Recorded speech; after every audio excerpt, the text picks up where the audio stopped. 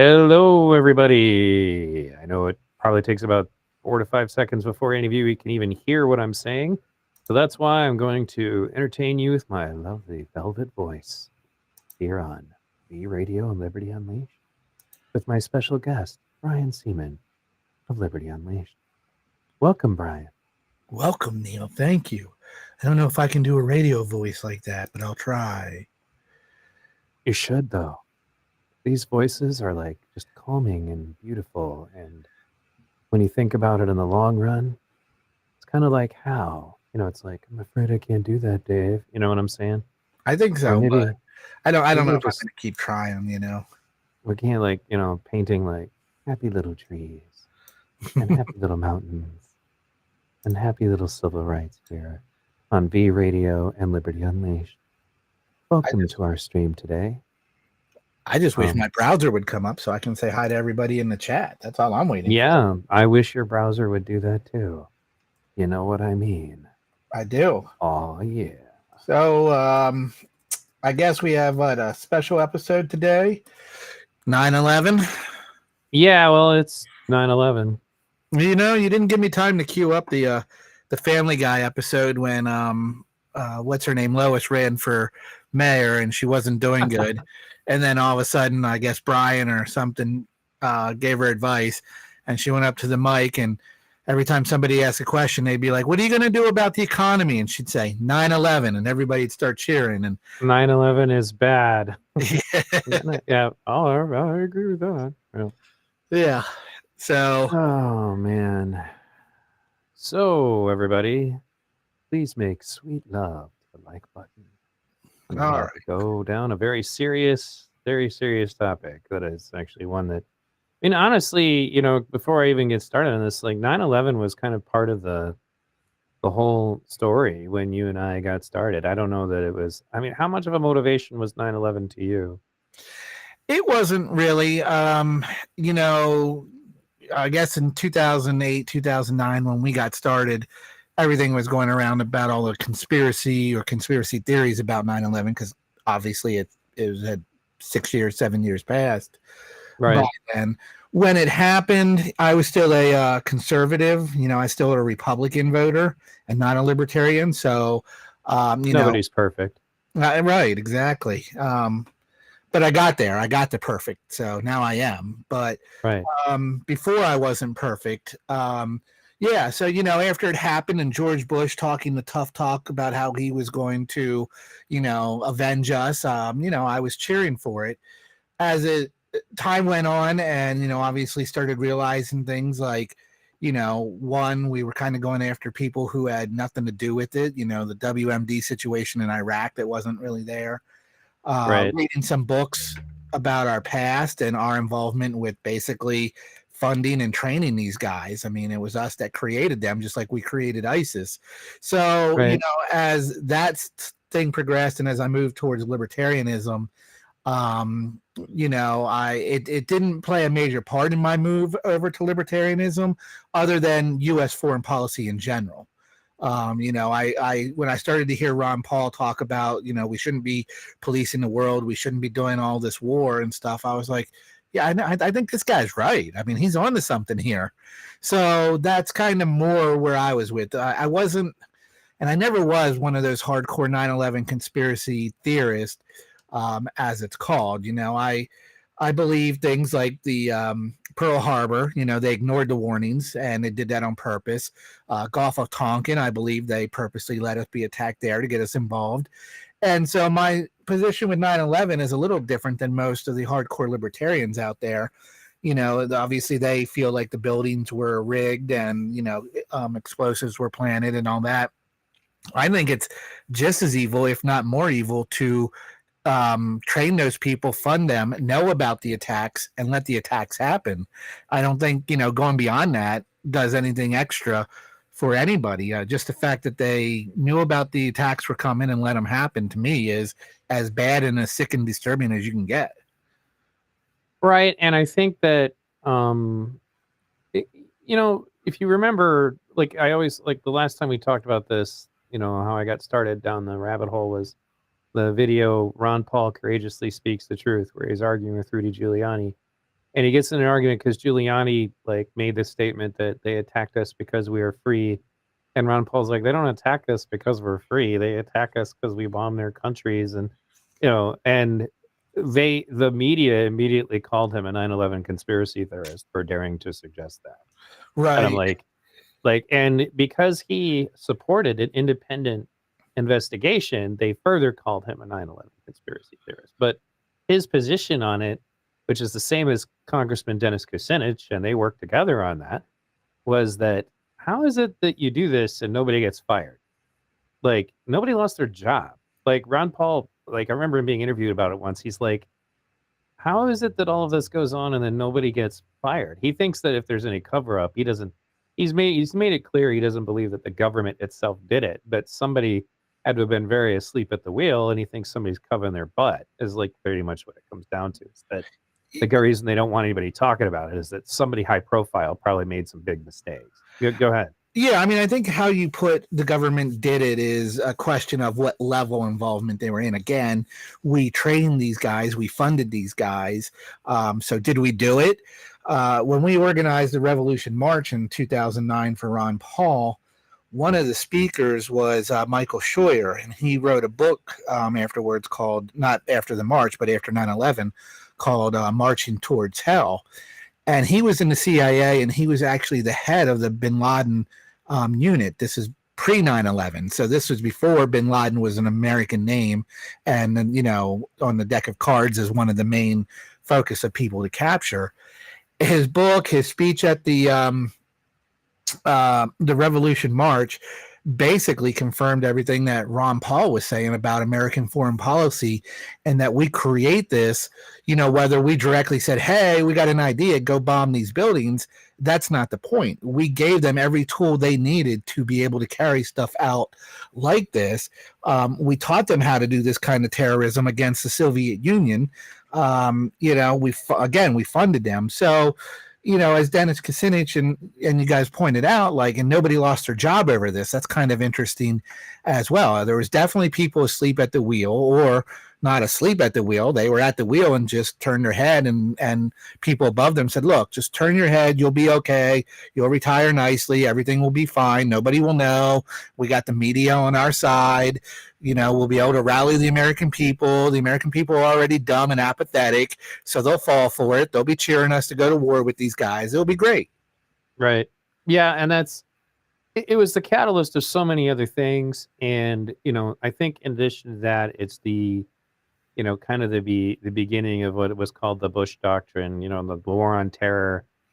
So many things happened because of it, and the funny thing is, and we're going to play the video at some point today, but one of the things that's finally getting passed around in mainstream media, that even the more reasonable 9/11 truthers asked, how is it that the official story is that the majority of the hijackers were from Saudi Arabia, yet we invade Iraq and Afghanistan, two places where none of the hijackers were from. Right.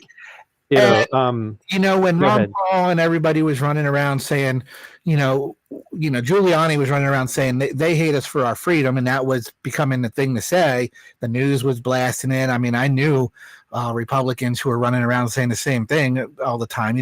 That on repeat that they get once they have their talking points. They hate us for our freedom.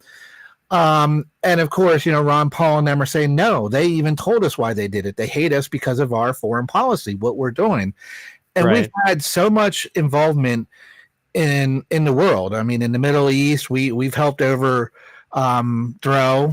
peaceful democratic elections in Iran to replace them with the leaders we wanted in there, which then turned out not to be good. We've obviously, during the Iraq-Iran war, we were involved with that. We've been over in the Middle East since the 1950s, maybe even earlier, if I can remember. And we've been pushing our influence there in Palestine with Israel. We fund the enemies of our enemies. Right. We give them military equipment. We give them money. We give them training. We basically, like you said, we're in bed with the Saudis, yet supposedly everybody came from Saudi Arabia who carried us out, and we did nothing to Saudi Arabia. We run illegal wars and stuff down in South America during the 80s, which, when you say, what does that have to do with anything? It's all about our foreign policy, and it's all about the American people really being asleep at the wheel and not knowing the stuff that our government's doing. There's a whole movie called Charlie Wilson's War that was based on a book about us supporting the Mujahideen during the Soviet invasion of Afghanistan and how we trained them, how we funded them. Sure. And this was all done at that time in secret because, they said the American people wouldn't be happy with our involvement. So they were just like, well, we'll get involved. We just won't tell anybody. And they keep that kind of stuff secret. So, this whole, they hate us for our freedom is kind of like hard to sell if you're looking at history and you're looking at all our involvement around the world, particularly in the Middle East and what we've done out there. Right. And in addition to that, I think that one of the reasons I was also motivated to do this is the last stream that we had that was pretty good when we're talking about January 6th was that people are being provoked, and they tried to draw parallels between January 6th and 9/11 multiple times, and I was like, in fact, some were saying it was worse. Okay. This is worse than 9/11. That's what mainstream media pundits were saying. And I'm just like, oh my God, dude, you need to hire a chiropractor and a proctologist to help you retrieve your head from your ass if you're going to compare 9/11 to January 6th. Like, anyway, so there's going to be some, things we're going to talk about today. My personal take is I have questions. I don't try to insinuate anybody in particular for being responsible, but it does kind of feel, though, kind of like the stuff you hear about the president at the time of World War II getting reports that there was a huge Japanese fleet heading towards Pearl Harbor and not doing anything about it because he wanted to get into World War II. Stuff like that, Gulf of Tonkin, and that's like, these are all things that have been more or less confirmed. And that's just not, you don't have to put on your tinfoil hat for that. It's that, if they want something, and that's the direction they head. And then, then you look at where we're at now, and as Glenn Greenwald has been consistently reporting on, the same people who worked as neoconservatives convincing everybody we needed to invade countries, during the Bush era have managed to find their way into the Biden White House. And in addition to that, now we look at those same people dictating policies to us. I still think, for example, that the only reason that the Republicans turned on Trump was that they finally realized they weren't going to be able to get him to invade other countries for them. And I still think, and a lot of other foreign policy nuts that I talked to said that they believed that the plan was get Hillary elected, invade Syria. And they didn't get that. And they did, however, get Joe Biden. War with Iran. What's that? And probably try to provoke a war with Iran. I don't think it's that's been a big one for quite a while. Right. And it's, as Gravel always pointed out to me, he's like, well, I'm glad I got rid of the draft because that one will be a very different situation. And, they would need a draft to put boots on the ground in Iran because invading Iran is very different because it's surrounded by mountains. You can't just roll tanks in there. It would be a very different affair. But that's why they would need a huge force to be able to do it. But anyway, so like getting into some of the videos that I had picked today, just to kind of like take people back in their minds. What I was saying is that the reason I was bringing that up is that they're going to need another 9/11 to justify their next war on terrorism. And with all of the rhetoric towards domestic terrorism right now, I would be paying very close attention to things that happen over the next, say, 5 to 6 years, because they don't have enough yet. And I urge my conservatives in the audience to remember you're being provoked. They want you to do stuff. And I think, what were you going to say? Well, I think the only parallel between January 6th and 9/11 is that we still know that the news media can put up these talking points that they want you to say or believe, and that the American people, portion of them, will still run with those talking points. I mean, the fact that everybody's still running around calling January 6th this insurrection and this overthrow of our peaceful transition of election. And so I think we haven't learned anything. I was thinking the internet and independent media might have changed some things from 9/11 till now, but I think January 6th has proven otherwise. Additionally, looking at Twitter today throughout all this, a lot of people are coming on and saying, this isn't a day to talk politics. This isn't a day to blame this person or that person. We just have to remember and keep in mind all those who died on 9/11. And while obviously we have our hearts go out to the family and everybody who died on there and the family members of those who had died during 9/11, all the damage done after 9/11 because of what the government did in their foreign policy, the soldiers, the people in other countries who have been bombed the hell out of. I think, one, we need to remember them too, not just the people who died on September 11th, but to tell us that this isn't a day to be political and not to blame this person or that person. I have to call bullshit on because this was a political event. And yeah, you can't tell me just because 3,000 people died on this day that I'm not allowed to talk about something and blame somebody for it. That's the whole point. 3,000 people probably wouldn't have died on that day if our government wasn't the bullshit operation that it is. So, right. I'm not going to keep politics out of this, and I'm not going to keep finger pointing out of this because that has to stay in our minds too. People are going to continue to die as long as we let our government get away with the shit that it does. Right. Well, I don't disagree. So this video here is like 18 views of the plane impact on the South Tower.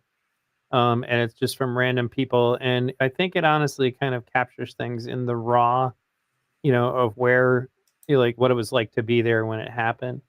I remember what happened, everybody does the where were you at 9/11. I was literally getting ready for work at a fast food restaurant, and this stuff happened. And then it was weird to walk outside because I walked to work, and then there's no planes overhead.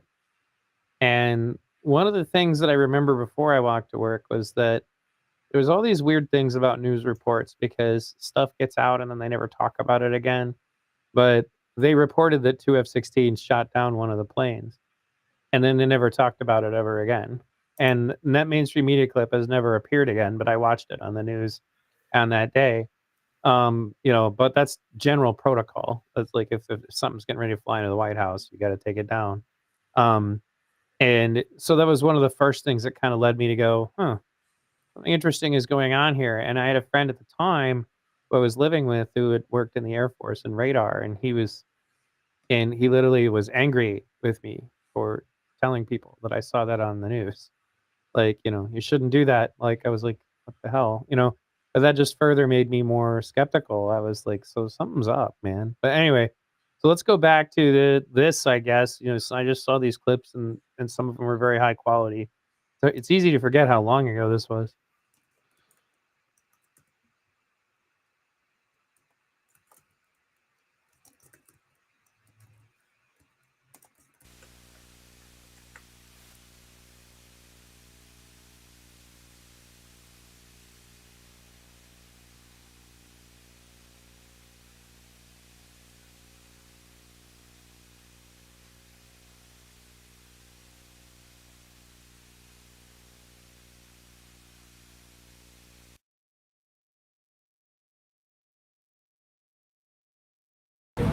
There's another one. I'm taking a look.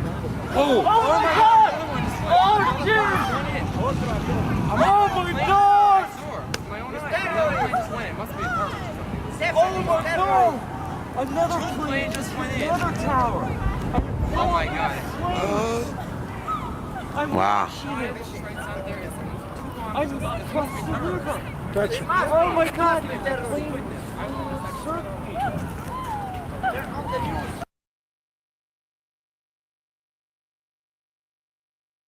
The debris, it's an international tourist place.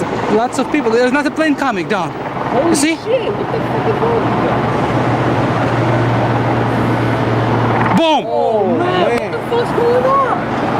Wow. Oh shit. Wow. Do you see this aircraft? I've got it all. Yo, what the fuck? Yo, that's terrorist shit. That is it. This is terrorist. That's terrorism. This is terrorist. Shoo! You saw that plane went in through? So it's like an important point to point out that one of the reasons why the second tower was such an impactful moment for people was the first one.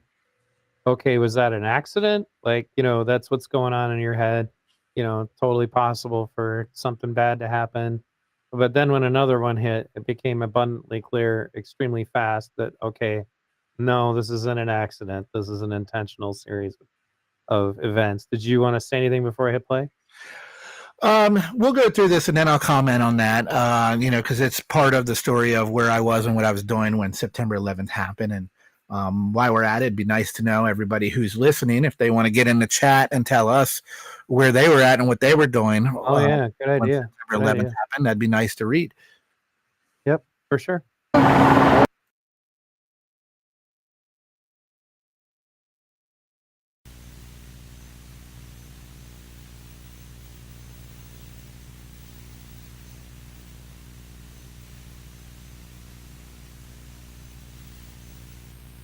Wow, I've never seen this angle before. Me neither. That was interesting. Let me look at that again, because that's kind of weird. You You see it way up here, up at the top. Wait, let me just start that over, because I've watched a crazy amount of stuff about 9/11. I've never seen that before. Same. That was interesting. So it's going to come from up top, like literally over the smoke. Wow. Yep, there it is.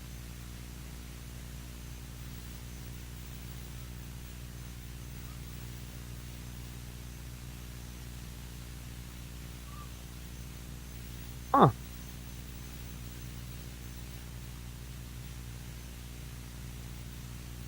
It's funny as all the angles you usually see, it's like coming in from the side. All the pictures too. I mean, they dove and then just took a turn into the. That's crazy. I never thought about that. What's this other jet doing? What's this other jet doing? Holy fuck! Oh my god! Oh my god! Jesus fucking Christ! Chris, are you... Don't touch it. Oh my god! Oh my god! Oh no! Oh my god!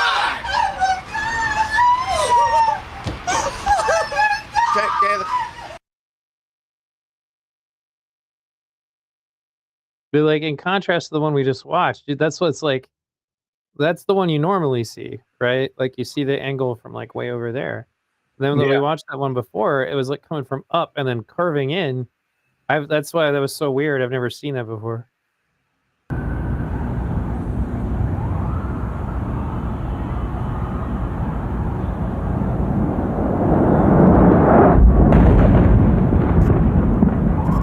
Oh my god. Oh my god. Oh my god.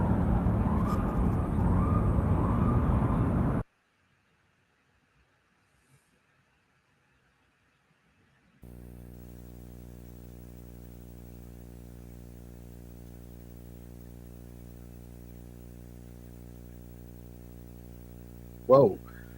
Yeah, when you see that one with sound, it's really crazy because they were like right there and shit fell on them. I wonder if you have the one from the people in the apartment. That was the one we were just watching, I thought. The one before that. No, they were the ones like right next to the building. You may have it, That but would have to be crazy. yeah, they got hit with debris too. Like that.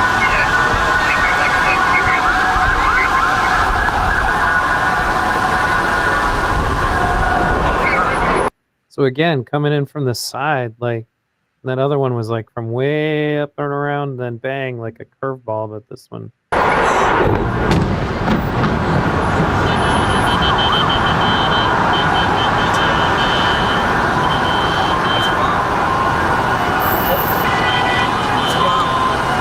my god. Right here.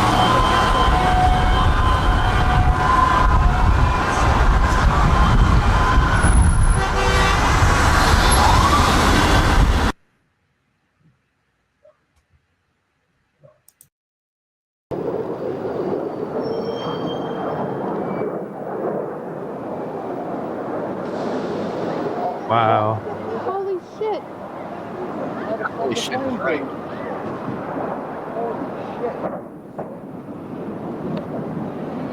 I got that. Holy shit, I'm sitting here walking, you know. Holy shit! That was the other building? That was the other fucking building. It wasn't even the same building. Hey! Yeah, obviously, a lot of footage. I probably don't have to tell everybody this, but obviously a lot of footage of the second building, because by the time the first building, nobody expected the first building, so everybody got recording. Then by the time the first building was hit, you know, the building got hit, people pulled out their phones or their cameras and started recording, and that's why we see a ton of footage of the second building getting hit. Right, because at that point everybody's looking at it. Yeah, Right. that's a really good point.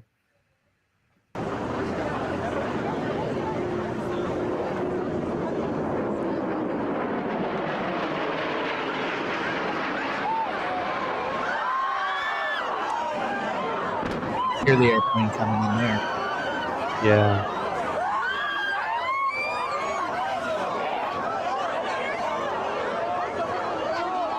Imagine how surreal it would be to be one of those people we hear screaming right now. You know, like, because again, the realization in that moment is, nope, this is not an accident.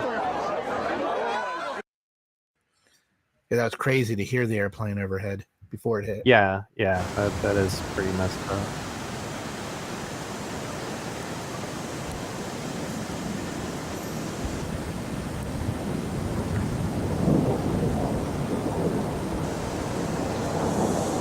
Holy shit! Holy shit! Oh my god!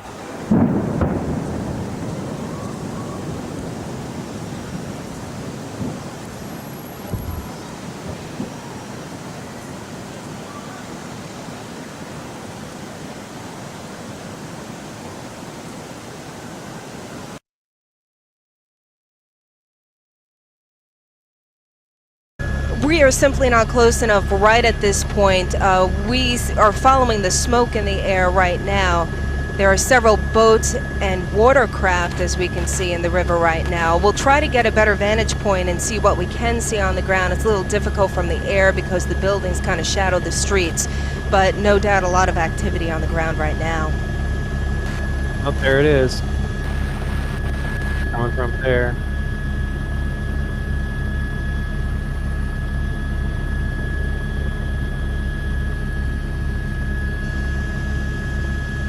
Wow.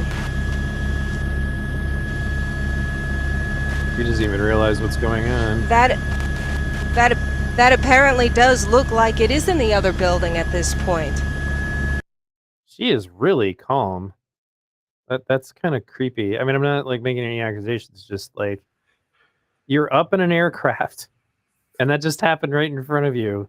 You're like, what does appear like? I can't tell tell she was watching it 20 years later. You know what I'm like? We are. What were we gonna say? I can't tell if she realized the second plane hit or not.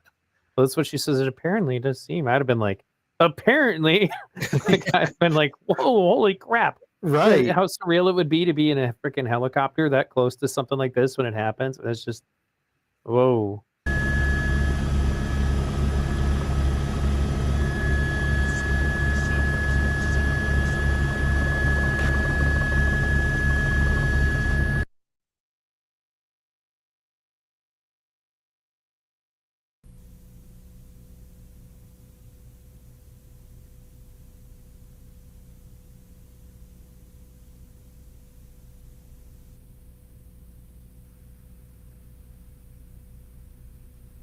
You can't even see what hit it from that angle. It was from the other side of the building.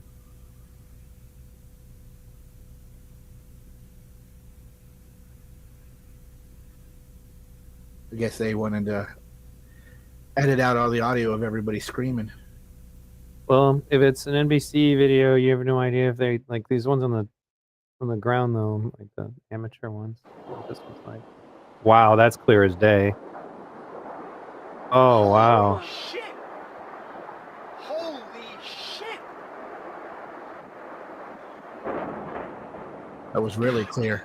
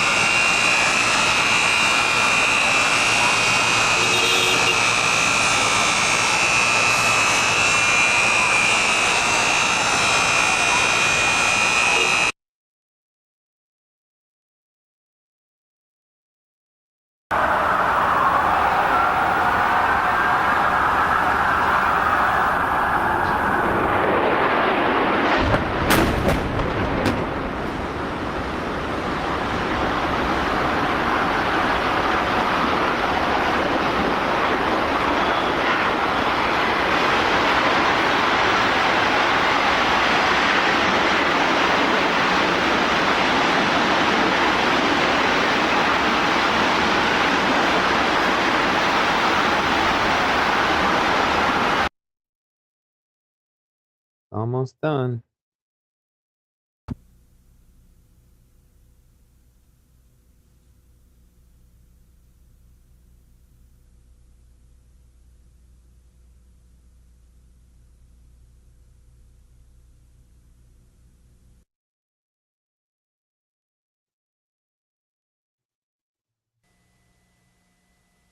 There's a helicopter up there. Oh, That must be the lady who wasn't really like emotional about the. right. Yeah. So A lot those of them are all the. fly that big bird fly past. Yeah, no kidding. The birds are like, man, what are the humans up to? Is that I got things to do. is that the plane coming from the top, or what happened there? No, I think that was the helicopters flying around. But yeah, that one coming from the top though, that's still kind of weird. Like, I've literally never seen that before, and I've watched a stupid amount of stuff about this. Right. So And obviously, I want to not forgetting that a plane crashed in Pennsylvania and into the Pentagon that day. It wasn't just New York. I think everybody listening knows yeah, that. we'll be talking about the Pentagon in a little bit too, because I got a tweet about that. For me, particularly now that I have a family of my own, I was 24 years old when this happened, so I was still a young buck and really wasn't thinking, at a mature level that I am today. So today, what gets me and what got me throughout the years is not the footage, it's the stuff where the phone calls come in, where people play the voicemail. Or the recording of a phone call that they got from somebody on the plane or from the building who wasn't going to make it out or knew the plane was going to crash. Those emotionally hit me hard to listen to them, to say, I know I'm not going to make it. I just, before we crash, want to say that I love you and, goodbye. I couldn't imagine. Those aren't, and the people still in the buildings, like one of the ones the Zeitgeist film uses, and I have the Zeitgeist segment ready to go, but it's a guy with a really deep New York accent, and he's up in the building, and he's trying to tell them where he is, and he had told his wife he was already out of the building or was on his way out, so and then anyway, he screams when the building starts to come down, and on that moment, that audio clip is stuck in my head, and I think about it all the time when this subject comes up. Yeah, the jumpers as well. They did a whole documentary about some of those guys are just I'm out. They just jumped because they knew they weren't getting out. Yeah. So anyway, this is and we may not watch this whole thing, but it kind of gives you an idea of how the news coverage evolved over the course of the first 15 or so minutes. Jim, just a few moments ago, something believed to be a plane crashed into the South Tower of the World Trade Center. I just saw flames inside. You can see the smoke coming out of the tower. We have no idea what it was. It was a tremendous boom just a few moments ago. You can hear around me emergency vehicles heading towards the scene. Now, this could have been an aircraft, or it could have been something internal. It appears to be something coming from the outside due to the nature of the opening on about the 100th floor of the South Tower of the World Trade Center. Police vehicles and fire vehicles are zipping by me here. We just have no idea. So to the south of the tower, we see some particles, also some gray smoke. Now the smoke coming out of the opening appears to be black smoke. This would indicate things are burning inside. We have no idea of what happened, but we did hear what sounded like an aircraft, and then a tremendous boom. Now, I don't know whether we can confirm that was an aircraft or not. David, what did you hear? What would you say you heard? This is our cameraman, Dave Stolick. Incredible explosion. Very, very loud. How about you, hon? It sounded like a bomb. Well, it could be. It could be something internal as well. There are pieces of the superstructure of the World Trade Center sticking out, but a lot going in. As I say, this appears to be about the 100th floor of the South Tower of the World Trade Center. I hope we can get some further information from the newsroom up there, Jim. Ollie, I'm just told also that our transmitter, which is on top of the World Trade Center, also took a hit. So we were briefly affected up here. One's memory has to go back to the another terrorist attack. One would hope it is not this time, but if it were a plane that crashed into the side of the building, you would imagine that there would be something on the ground that would be visible. So that's true, Jim. I cannot see the ground from here. You recall back in, I believe it was 1945, when a U.S. Air Force plane crashed into about the 70th or 80th floor of the Empire State Building during a foggy night. The skies here, as you can see, are perfectly clear. So I'm starting to lean to the idea that perhaps this, whatever happened here, came from the inside of the World Trade Center. Yeah, that, of course, that incident back there in the 40s in the offices of Catholic Charities up on the 80th floor of the Empire State Building. This, of course, the new tallest building in town. Now, obviously, on the North Tower of the World Trade Center, something has either crashed into the World Trade Center. If it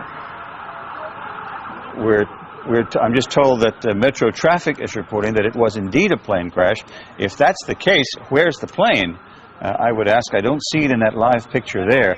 And one's thoughts obviously go back to a terrorist attack on the World Trade Center that created havoc there back in the early 90s.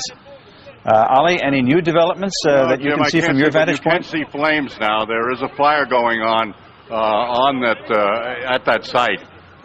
We don't know. Are you saying that Shadow Traffic is saying something about a plane? Shadow Traffic is telling us that it was indeed a plane crash. Metro Traffic, I'm sorry. Metro Traffic is telling us that it was indeed a plane crash. Now, I understand that you are over by City Hall, having been reporting on the political developments. Now, you are a good, 8, 9, 10 blocks away from the scene right now? At least, Jim. We're at Park Row, and, of course, the World Trade Center is at least 6 or 7 blocks away from us.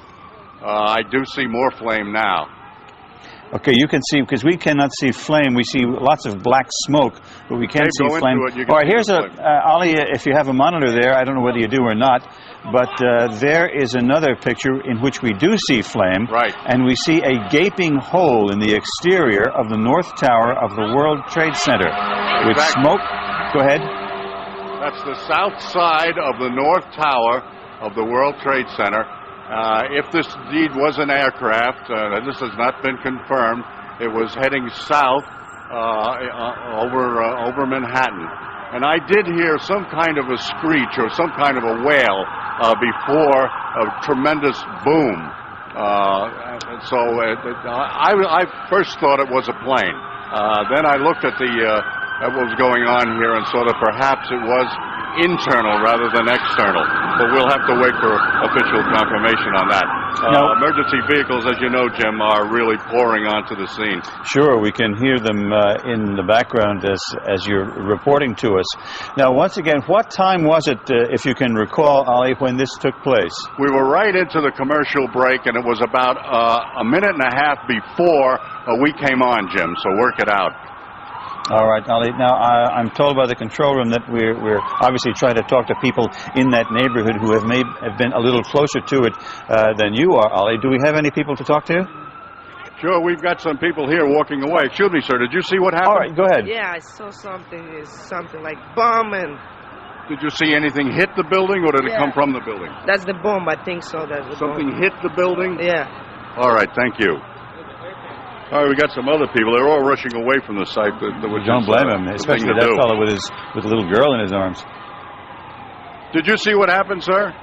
Did you see what happened? What happened? Well, I was in the PATH train, and there was a huge explosion sound. Everyone came out. A large section of the building is blown out, around like the 80th floor. Was it hit by something, or was it something inside? It was inside. Because it looked out. Everything was coming out.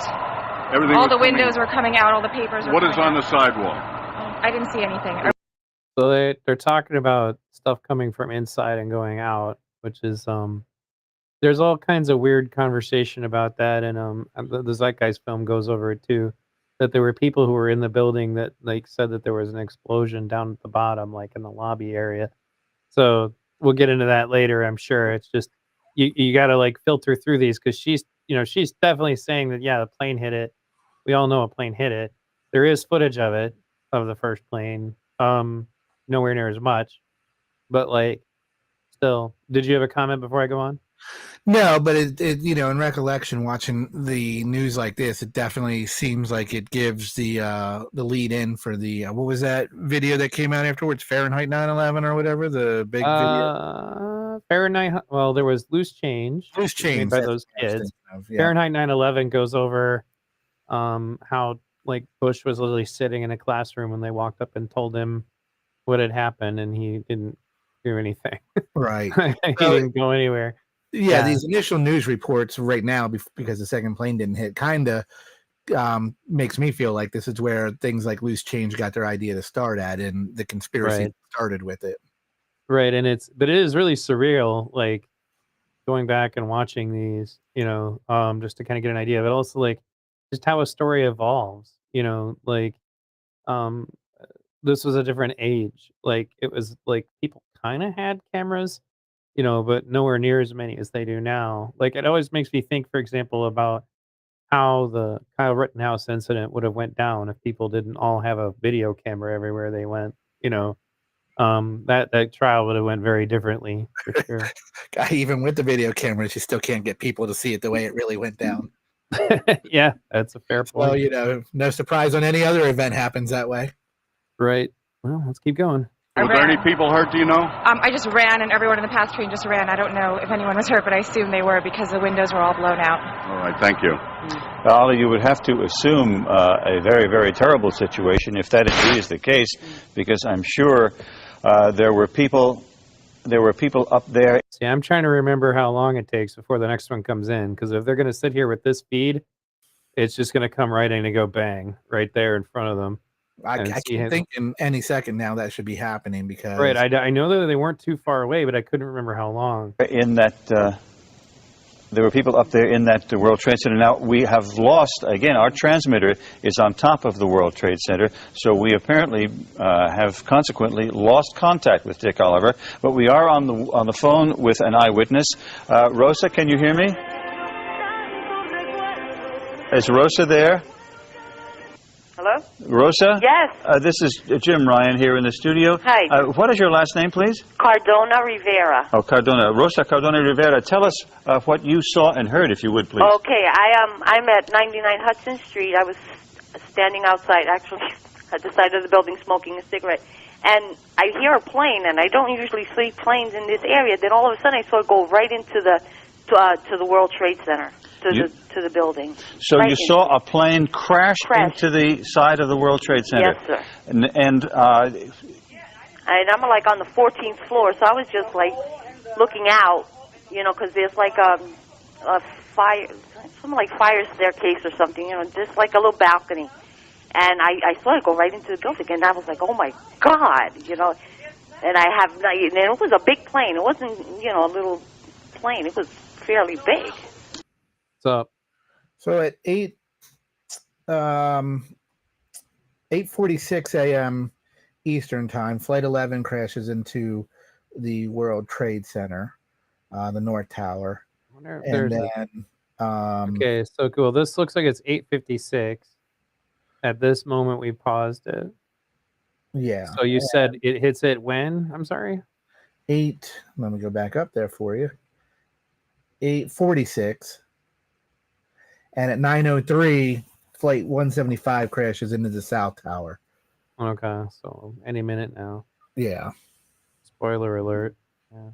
Okay. Spoiler alert. Yeah, we didn't know what happened, so you just ruined it. Right. Yep. How big can you tell us? Give us an idea. I don't know. I would say it was like a plane that I board on to go to. Wow. So this wasn't just a small Piper Cub or something that had gone the wrong way, and of course, we would the weather, I take it, where you are is just about picture perfect. Picture perfect, yes. It's very clear outside. So there would be the suspicion then that anybody who would drive a plane smack into the middle of the World Trade Center would have done it on purpose. It would seem that either that or they lost control, but I can't see something like that. I mean, it was like right into the building. So, you know, and it was coming low. You know, because if I were to see a plane that was going high, and then all right, but this was coming low, and very visible. Can you see the streets below the World Trade Center? No, I cannot, because I'm on Hudson Street. You're on Hudson? Yeah, I'm on Hudson Street in Franklin. So now you say you were out there grabbing a smoke when it happened? Right. What did the other people do when they heard the noise? Well, there was nobody. I'm up on the 14th floor. Oh, you were on the 14th floor. Yeah, I see. So I'm not street level. I was up on the 14th floor, and I was just like looking out, just watching the scenery. And when I saw the plane. All right, Rosa, thank you very much.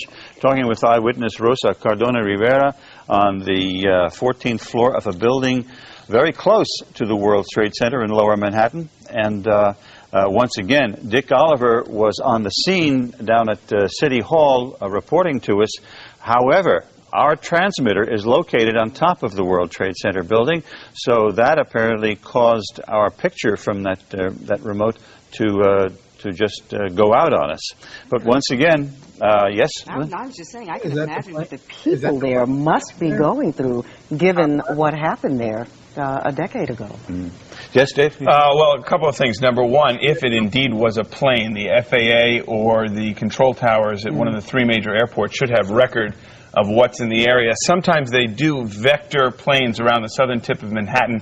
We might want to get a hold of Nick Gregory, who's a certified pilot and, again, flies through the area pretty regularly. Number two, even though planes typically are not that close to these buildings, with the possibility of anything from engine failure to hydraulic failure, you lose control of your ability to control aircraft. You can see right now probably police helicopters hovering right around the towers, but again, wind speeds at this point not tremendous at all. Flying conditions near perfect.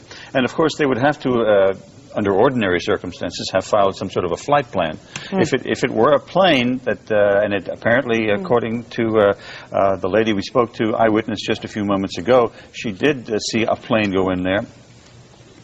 Now, I'm told that it may be a twin-engine plane that simply smashed. It looks like it went head-on, smack into the World Trade Center building. One could only expect, given the weather conditions, given looking at that picture live right there, that it went smack inside the World Trade Center.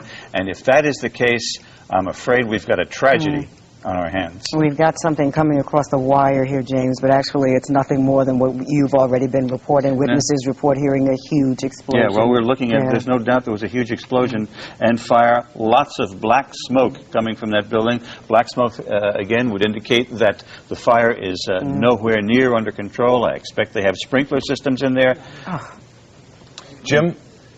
1 second, Dave. I'm told we have a witness named Jim on the phone. Eyewitness. Jim, are you there? Yes. Jim, what's your last name, Jim? Last name's Friedel. Jim, tell us what you saw, if you would.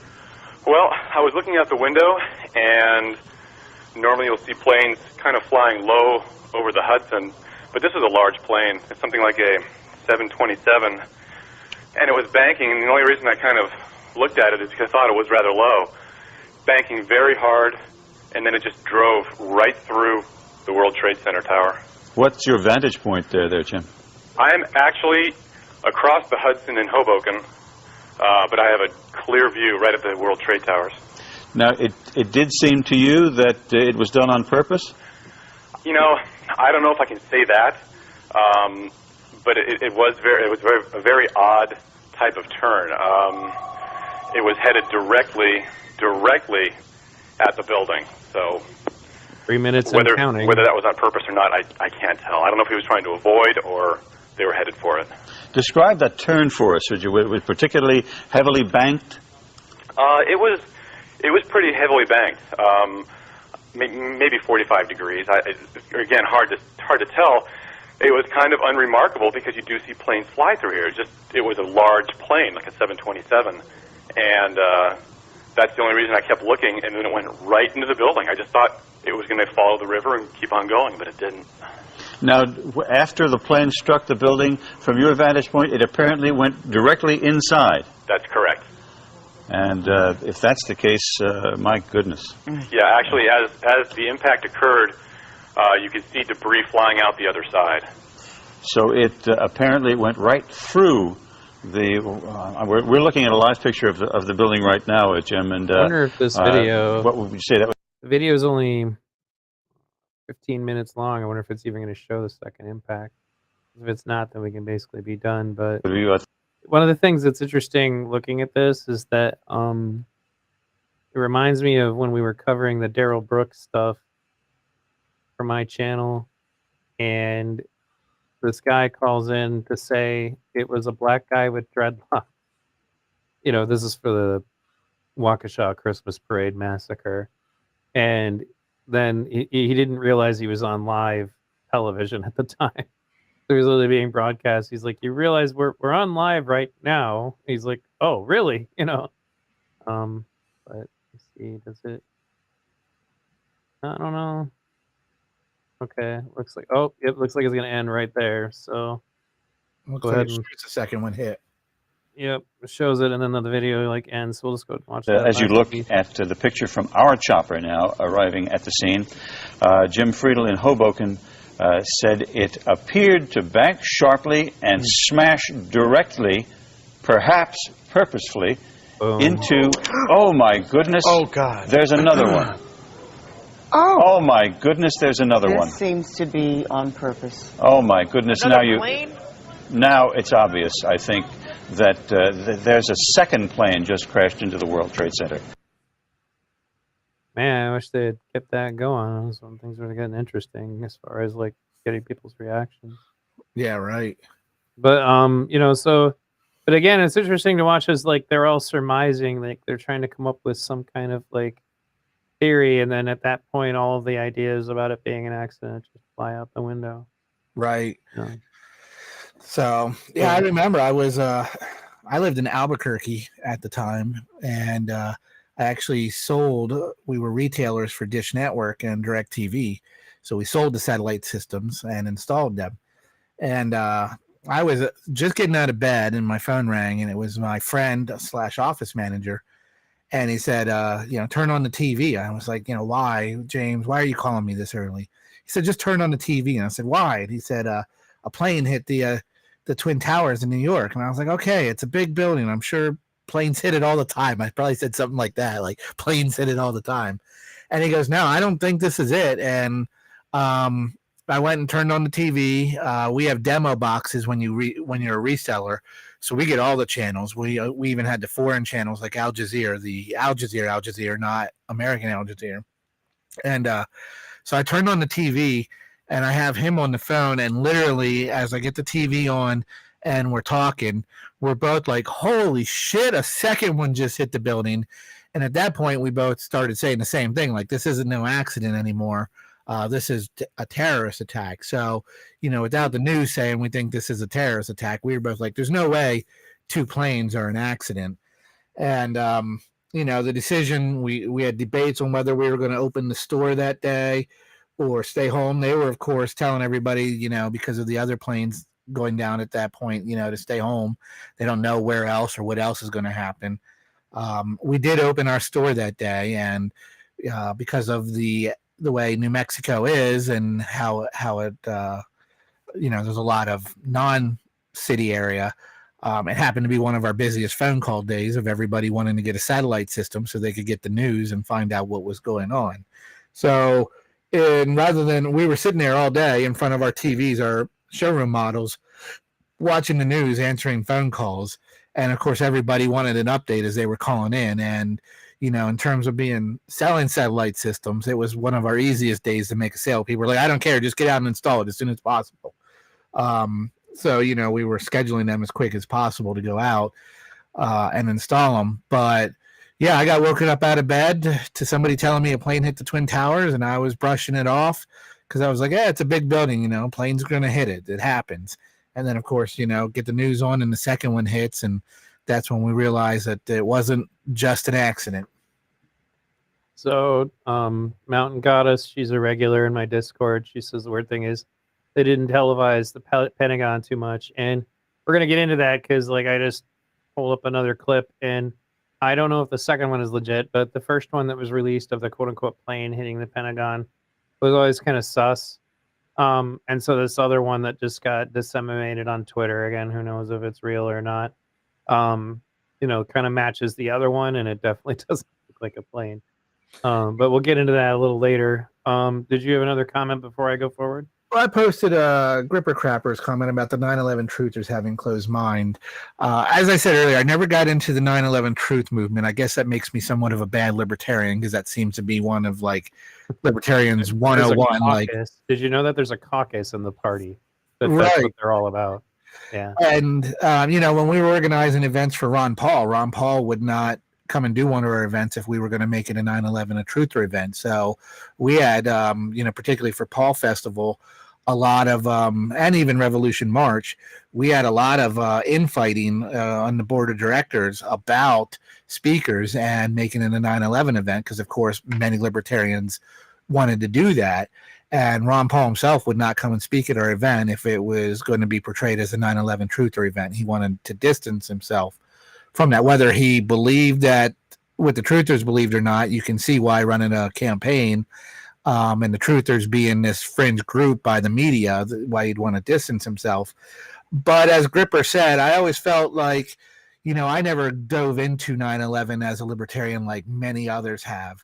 But I always felt like the truther movement did, you couldn't give them any counterpoints, that they all were just convinced of whatever research they did was the research that it was. The way I felt about particularly like the World Trade Centers was the same thing I feel about COVID and anything else. You find me 10 scientists that say you have to wear a mask. I can find you 10 scientists that say you don't have to, a mask do no good. You find me 10 engineers that say the airplane and the airline, the jet fuel can't take down those towers and make them collapse. I'll find you 10 engineers that say they can. So, with the internet and everything going on today, particularly with video editing, to tell the truth from the bullshit becomes very difficult. And I myself try to keep an open mind and not join one group or another and say with absolute it was an inside job, or with absolute there's no way it wasn't an inside job. My position has always been the government had some involvement. They knew about it and let it happen. Obviously, as I said earlier, the foreign policy of training these guys and funding them has been part of it. So, what level the government's involvement, I don't fully know, and I don't know if we'll ever fully know. But yeah, I mean, well, when you're talking to Gripper Crapper, that guy will go on for 3 hours about how there was weapons of mass destruction in Iraq. So take it. He was doing it in the chat earlier. Like, he's like, you'll never address this. I was like, he used to talk to me about it in Discord, and I was like, give me a link to what you're talking about, because he claims he was sent to Saudi Arabia and was there for years because of the weapons of mass destruction problem in Iraq, despite the fact that Colin Powell was reporting that they don't have any, like, before all of this stuff was going on. But I don't want to get into that with him at the moment. But yeah, that's just keep it from there. But what were you going to say? We did supply them with what would be WMDs during the Iraq-Iran war. I do know that at one point they had them. Whether they still had them when we went in there or not is a different story, but I still don't think it's the basis. I mean, it sold it to the American people, the war. Like, we're like, oh no, weapons of mass destruction, I guess we got to go take this bad guy out. Whether they had proper delivery systems, functionality to use them right, or even had any intention of actually using them, it has never been clear on that. I mean, it was just like, well, they have them, so we have to go there and bomb them. That's how it was essentially sold to us. Yes, at one point they definitely had them. Whether they got rid of them before we invaded, meaning not because they thought we were going to invade, but they just were like, we don't need these, we're not going to use them, or not, I don't know the full details on that, but I do know we supplied them with them, particularly during the Iran-Iraq war. So, they did have them. What their intent was and how long they had them for, I can't speak for that. All right. So when you talk about closed-mindedness, that's another thing. Like, if you remember, we mentioned with some of the previous streams, is that we're now to the point where you sound conspiratorial. Is like, it's just thrown around left and right. Like, and it always comes back to that clip from George Carlin saying, like, why is it so unreasonable to believe that wealthy people might get together and have a plan? it's unreasonable to think everything is conspiracy, just like it's unreasonable to think that nothing is conspiracy. Like, that's the notion. Yes, people do collude sometimes towards, common ends. That happens in every human interaction, but this next video, I think, breaks it down. And one of the things that really I feel has changed, is that people are now a lot more willing to talk about it than they used to be. And so for a couple of years on my non-political Facebook, I would post this video because it's very short, and I think that it's played in such a way that it's kind of lighthearted, and breaks down a lot of the basic problems with the story. So here we go.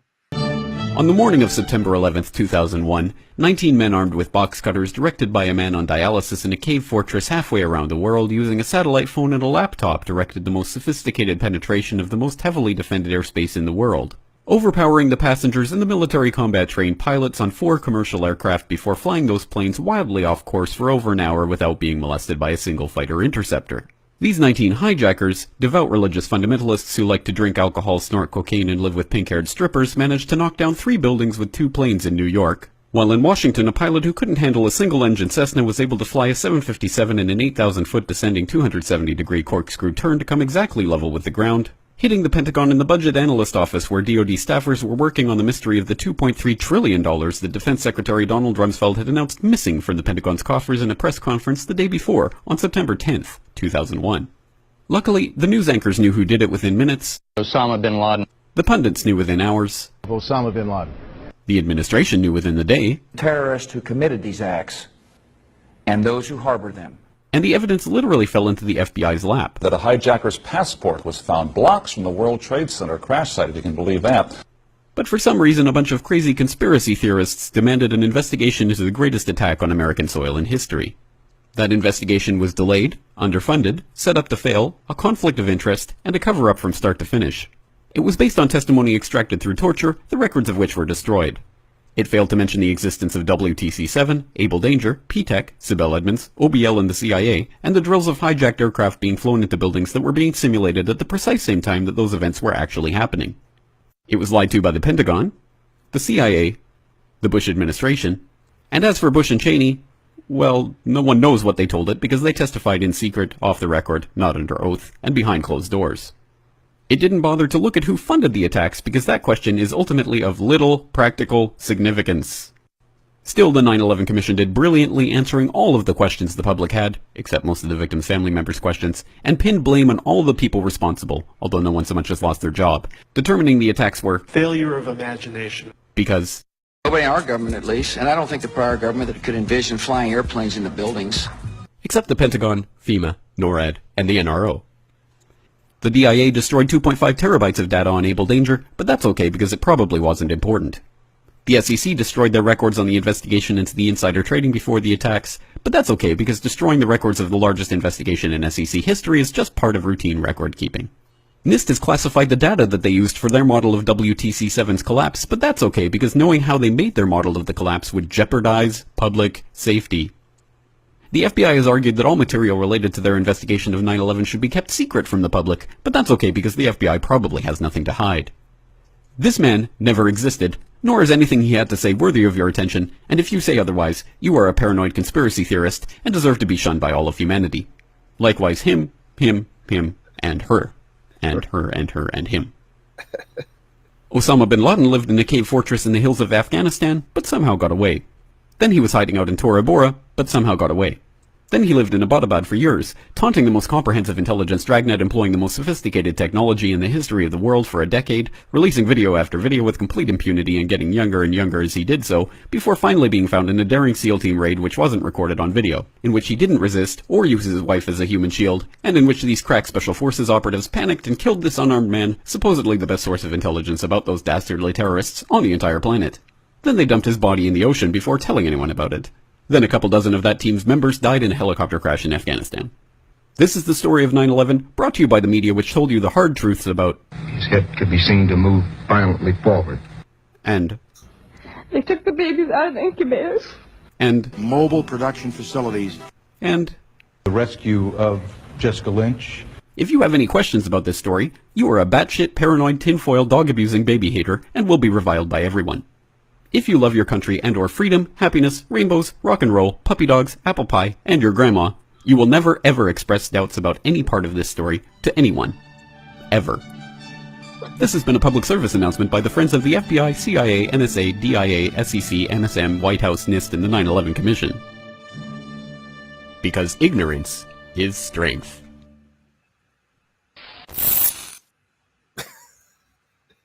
And I didn't pick the ending of the video, but it is appropriate. So, the part about the passport, I had forgotten about that. Yeah, I did too, actually. But I did remember the billions Donald Trumpsfeld claimed to have been missing. Yeah, he literally, like, and you can see that press conference is available. You can watch it, and he's talking about it like literally like right before that. When but the passport to me is like really like, because you have to remember, this is supposedly so hot that it just incinerated everything. Yet a passport makes its way to the ground, and the FBI find it somehow. And to me, it's always been kind of mind blowing. Yeah, there's certain parts of that just, you got to question without a doubt. I mean, I'm not saying don't question it. I never said don't question it. My whole point is to keep an open mind on it. So, there's holes in this story. But look, I mean, if you watch the movie Sully about the guy who landed the airplane in the Hudson, every time these guys do an investigation, they already go in with the bias, whether they're for or against something, and they try to make their investigation prove their bias. So, that's going to happen with the 9/11 Commission. It's going to happen with anything, particularly since government is never going to admit that they're at fault for anything. There's no time in the history that I remember where the government comes up and says, sorry, that was us. We're to blame. My bad. They don't do that. The finger's always pointed at somewhere else. They always have cover-ups. It's the government thing to do, is to cover up stuff. So if you're not a government if you don't do cover-ups. And, so again, that 9/11 truther, but I'm not saying that our government wasn't involved with all that. But yeah, when I was making the music video, this is the time for a shameless plug for everybody to go over and subscribe to Liberty Unleashed channel. I was making music video to Rebel Inc. Do you remember that band, Neil? I think so. Okay, yeah, go ahead. They sounded like Rage Against the Machine, but they were really popular with the Ron Paul movement. They were big Ron Paul supporters. So I made a music video for them called "A Time to Kill," and that was the name of their song. And through that, I have footage going on because the song's premise is that those in power, they don't give a shit about our lives whatsoever. And I use footage of Donald Rumsfeld talking about that billions of dollars being missed, and so it reminded me of that. Right. Yeah, there was definitely like he pointed out, like, destroyed 3 buildings with 2 planes, which brings us to the building 7 question, and they'll go over that in the Zeitgeist clip I'm going to play for sure. But overall, the fact that there was money lost doesn't surprise me in the slightest. But so before we get into like any of the longer ones, I think I'm going to go ahead and show the one that, like, somebody just put out a video clip of what looks like the Pentagon being hit, and I'm going to compare it to the official one that was released just for the sake of conversation. And again, I cannot speak to the validity of, or rather the genuine nature of this video, but I do my best. So we're now entering, what is it, I'm going to forget his name, Overlord DVD, the rumor zone or whatever. But it makes sense to me because it also matches with the crazy video that they have of something that very much does not look like a plane hitting the Pentagon. But yeah, like I was saying about that video I just showed, was that I shared that on my Facebook, on my non-political Facebook, and a lot of people liked the post who are not normally people who engage with politics. So I think just like JFK, like the human consciousness is starting to come around. It just takes a while before, like such things are openly talked about, because as the video that I just played pointed out, like, if you dare ask questions about this, like, this used to be something that would seriously offend people.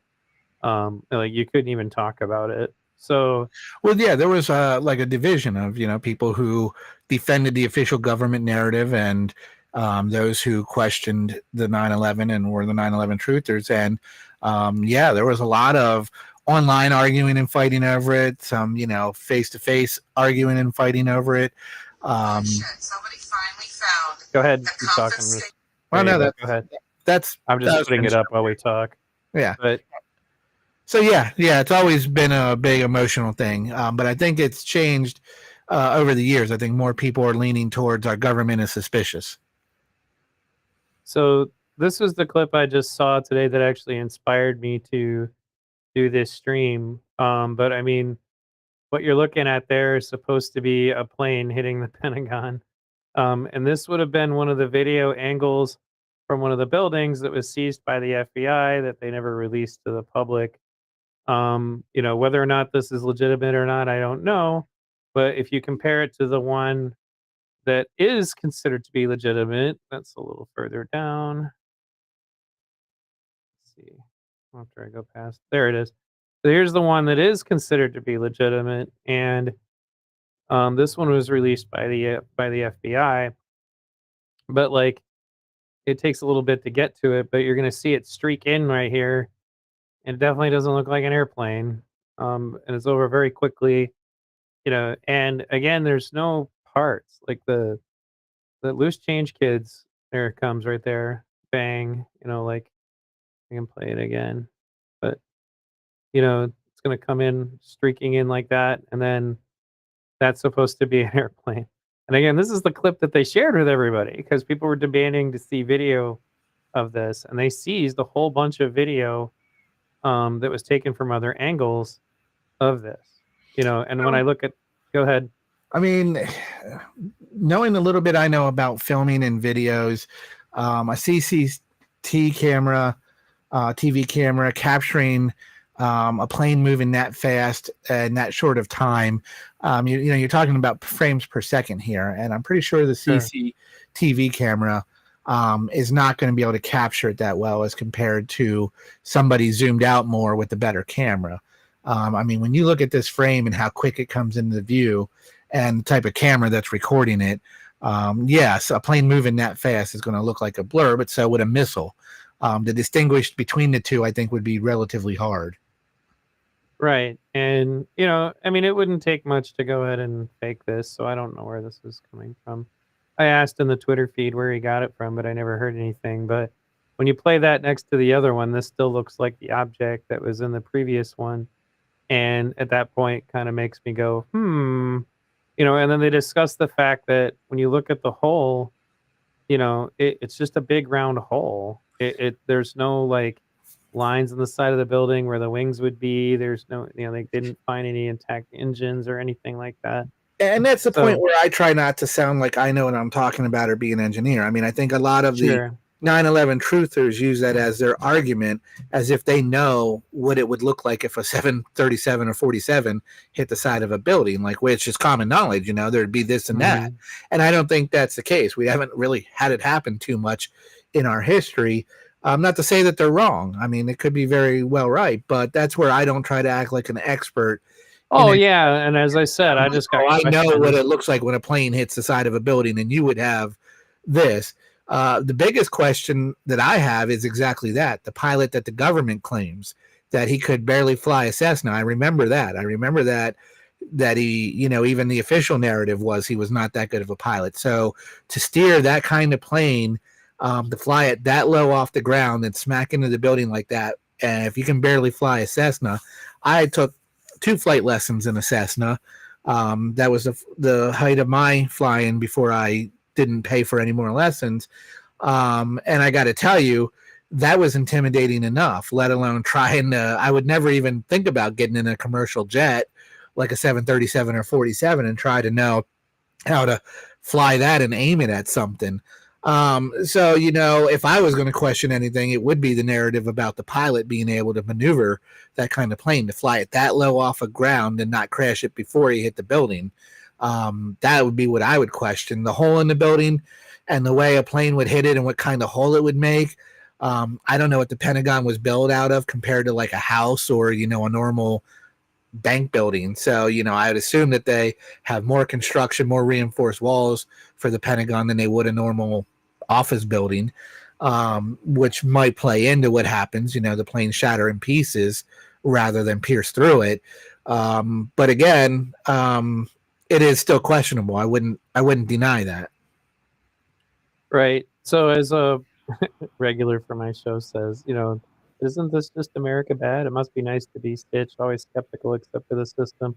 Now you're not going to have any idea what he's talking about, but I used to go on Stitch and Adam's show a lot, and you know, one time we argued about Iraq, and they actually honestly believed that the government actually cared about democracy in Iraq, like that was their objective, and that they genuinely cared about it. And it was really awkward because you're a guest on someone else's stream, and they have a lot more subscribers than you, so they're trying to get you some exposure, but then they're saying something that's just asinine, and then like you're trying to figure out how best to handle that, you know. But anyway, so thanks for the shout out, and yes, you know, have you considered America bad?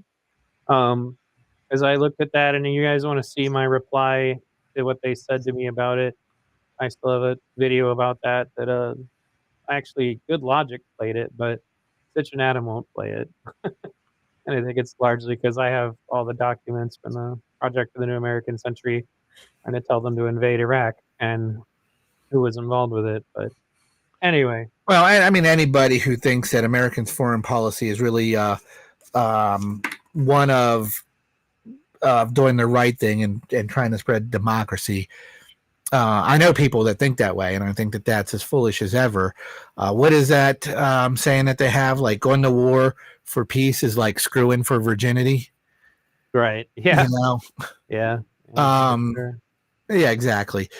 You know, we do know that we didn't fully have a plan going into Iraq. Like they tried to sell it, like they knew what they were doing. They had no plan for what would happen after we successfully overthrew Saddam Hussein and his government and got them out. And this is what created ISIS. That lack of plan, I mean, it probably would have been created regardless, but that lack of plan is what allowed ISIS to become the power that it became after the Iraq War. And there's no way that they would ever get me to believe that democracy was the top of our list and something that we were over there for. Knowing the history of America in the Middle East, knowing George Bush, you know, I would believe the story that he was trying to get revenge for his daddy over us spreading democracy. Well, it mostly is with anybody who looks to see how it was executed would realize that it wasn't their priority. Like Iraq started tearing itself apart almost immediately. There was massive rioting and looting. They were destroying their own infrastructure. But, you know, never mind the fact that we destroyed most of it when we bombed it. And then they didn't, in fact, were given directives not to get involved in the looting, and then just to let it go on. But they did secure all the oil fields. You know, they had their priorities. And the first day Joe Biden was in office, Kurdish press reported that there were troops in Syria securing oil fields for the United States. You know, like literally the first day. So it's interesting to me that, you know, that whole saga went on. And I still have one final video to reply to them. Adam had agreed to a moderated debate with me on this topic, and Good Logic was going to moderate. And then I never heard back. And I keep reminding him, and he won't do it. So if you happen to be a Stitch and Adam supporter, make sure you super chat them and say, hey, Adam, when are you going to have your moderated debate with V? Because he agreed to do it. I've still got a screenshot of it up on my Twitter. But you want to read that? Yeah. Do you think that Bill Clinton was weak on policies that started the fact of okay, I think they didn't mean to word it that way. The start the fact of the World Trade Center happened to the history of America, or do you believe that George Bush was better? I believe that them, like all presidents, are puppets on a string. In terms of their individual feelings, I think, you know, George Bush was a neocon war hawk, and I don't think that you could label Clinton as a neocon war hawk. Not to say that he didn't participate in war, administration did, but I don't know. I wouldn't call one weaker or stronger. I mean, I would say it's all the same in my mind. They probably had different strategies, so you can agree with one strategy over another. Maybe they might have had different ways of going about it, but I wouldn't call it weaker or stronger. I'd call them both puppets on a string serving the military-industrial complex, and one might have served the military-industrial complex better than the other, but that's still negative for us. Right. Well, for me, they tried to sell the Iraq War to Bill Clinton, and he wouldn't do it. Like, they went to him before they went to Bush, the neoconservatives, meaning the Project for the New American Century. He did his Somalia thing, which was a huge embarrassment and a disaster. And I think he got gun shy at that point. But he was also part of the Kosovo thing. Yeah, right. But the neoconservatives hadn't really gotten enough headway yet to try to make something like that happen. But well, and that's what I think that's where people want to say one's weaker and one's stronger. George Bush went all out on Iraq, where, Clinton didn't with Somalia. I think two different case scenarios there. And I think one president probably saw what it would take to go all out and said, I don't know if we want to get that much involvement. If you want to label that weaker and versus stronger, then maybe. But again, as I said, they both serve the military industrial complex, and it's still negative for America. All right. So, okay, let me go to, where is it? There we go. So this is obviously where it started for a lot of people. And this is to do with, the original Zeitgeist segment on 9/11. And there's pieces of different things that are put together. So as I am a friend of Peter Joseph, the guy who made this, although we haven't talked very much lately, interesting story about this. You can watch the original version of this. I have a version of it on my old channel, but where it was literally just meant to be a backdrop behind him playing a wide variety of orchestra percussion instruments. He didn't make this because that was his whole plan, was to be involved with this. He's actually a very introverted person, very private person normally. But he, at the time, was dabbling in a lot of stuff like this, and he's a musician. That's his main passion, is he wanted to be, like a percussion musician in major orchestras. And so he had this backdrop going behind him while he was playing all the drums of different kinds. And he plays all kinds of different instruments. And somebody said, hey, that was really interesting. You should take that video backdrop stuff, and put it on the internet. And then it just exploded into this enormous thing, which was never his intention. But that's what happened. And then, he stayed involved with it for a while, but he took an enormous amount of crap. Like, a bunch of people tried to sue him, mostly due to thinking that they thought he was making like $1 million on this movie or something, but he just gave it away for free. And that was back, like, remember Google Video? Yes. Like, it was like kind of before YouTube. So Justin TV, which I honestly still miss that format. I really like Justin TV, was just for streaming, right? And then it would keep archives for a little while. It was actually reminds me a lot of Twitch, to be honest, Justin TV. But then there was YouTube was kind of still coming together, and then there was Google Video. Then Google Video got kind of folded into just YouTube when Google bought YouTube. So anyway, I'm going to get into this segment here. We'll pause it periodically. We're not going to watch the whole Zeitgeist film, just the 9/11 part. And then I have one more thing after this about the government finally getting around to talking about Saudi Arabia's involvement, like last year. Like that's when they got around to talking about it. So anyway, here we go. A myth is an idea that, while widely believed, is false. In a deeper sense, in the religious sense, a myth serves as an orienting and mobilizing story for a people. The focus is not on the story's relation to reality, but on its function. A story cannot function unless it is believed to be true in the community or the nation. It is not a matter of debate.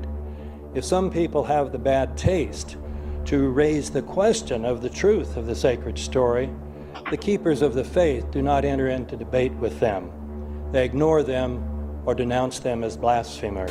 It is wrong, blasphemous, and sinful for you to suggest, imply, or help other people come to the conclusion that the U.S. government killed 3,000 of its own citizens. Whoa, young Tucker.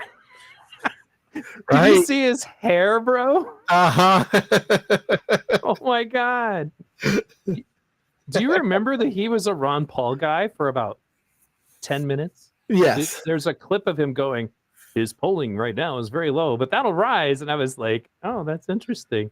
You know, but it's really ironic, especially when you consider the kind of stuff that Tucker's making right now, which is just flat out conspiratorial stuff.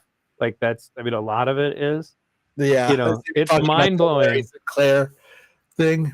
To look back at this. And anyway, I'm sorry, I had to say that. We'll get back into it. I'm over here breaking the mood. Help other people come to the conclusion that the U.S. government killed 3,000 of its own citizens.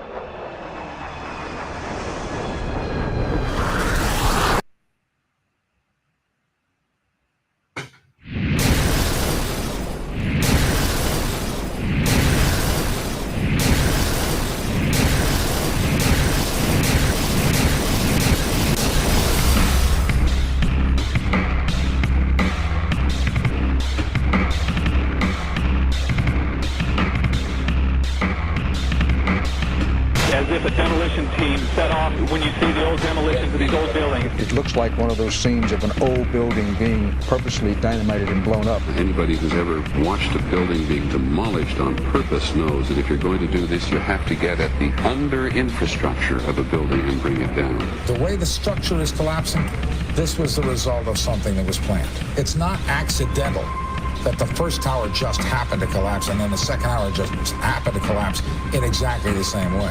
How they accomplished this, we don't know. The building collapsed to dust. You don't find a desk. You don't find a chair. You don't find a telephone, a computer. The biggest piece of a telephone I found was half of the keypad, and it was about this big. What happened to the concrete? The concrete was pulverized from river to river. There was dust powder 2-3 inches thick. The concrete was just pulverized.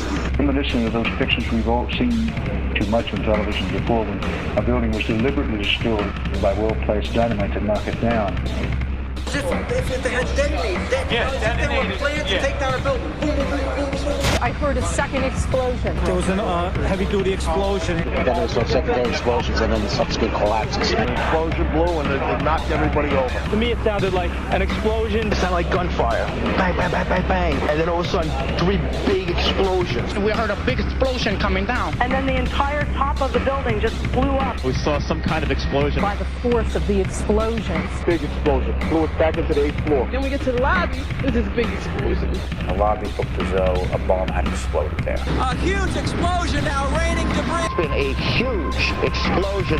Huge explosion that we all heard and felt. We just witnessed some kind of follow-up explosion. We heard a very loud blast explosion. A secondary explosion at Tower 1 camp. That is another bomb going off. He thinks that there were actually devices that were planted in the building. Planted in the building.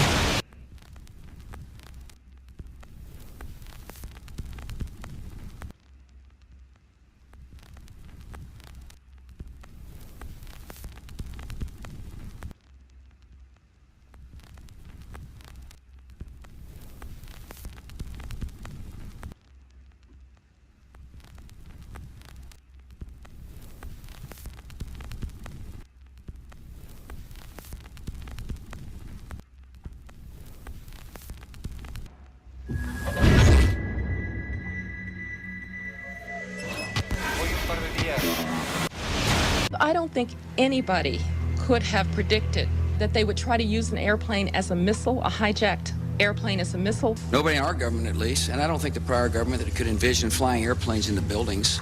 No specific threat involving really domestic operation or involving what happened, obviously, the city's airliner and so. There were no warning signs that I'm aware of. USA Today reports that in the 2 years before the attacks on September the 11th, NORAD conducted exercises using hijacked airliners as weapons. And one target was the World Trade Center.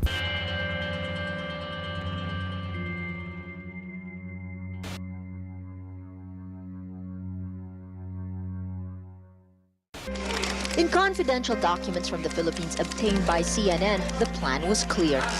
He will board any American commercial aircraft, control its cockpit, and dive it at the CIA headquarters. Other buildings targeted the Pentagon and the World Trade Center. Security in counterterrorism was blinking red, in the words of George Tenet, that the warnings of an imminent attack were so severe that something dramatic should have been done. It was unparalleled. Instead, our president went on a month-long vacation.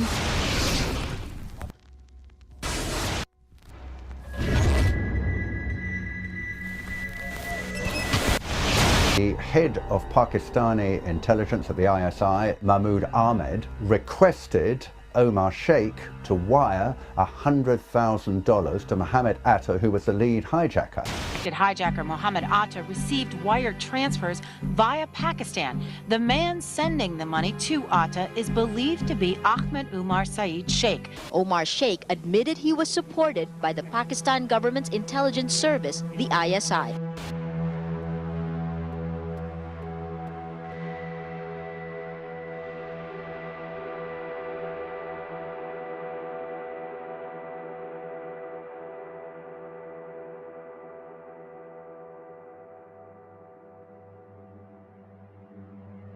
Although we are told that 4 or 5 of the alleged hijackers were on of little practical significance, just like the 5-minute video pointed out.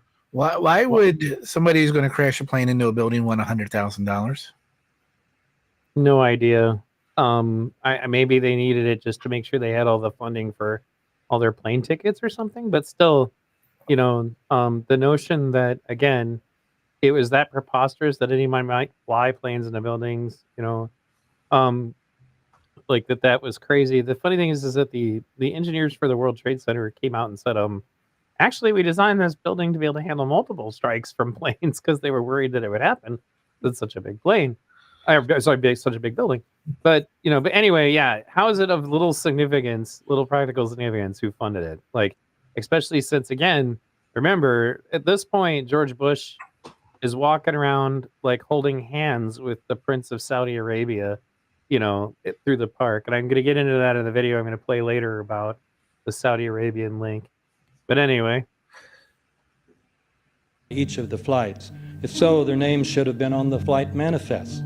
But the flight manifests that have been released contain neither the names of the alleged hijackers nor any Arab names whatsoever. We know that the men who were supposedly the hijackers had their houses, cars, credit cards paid for by the U.S. government.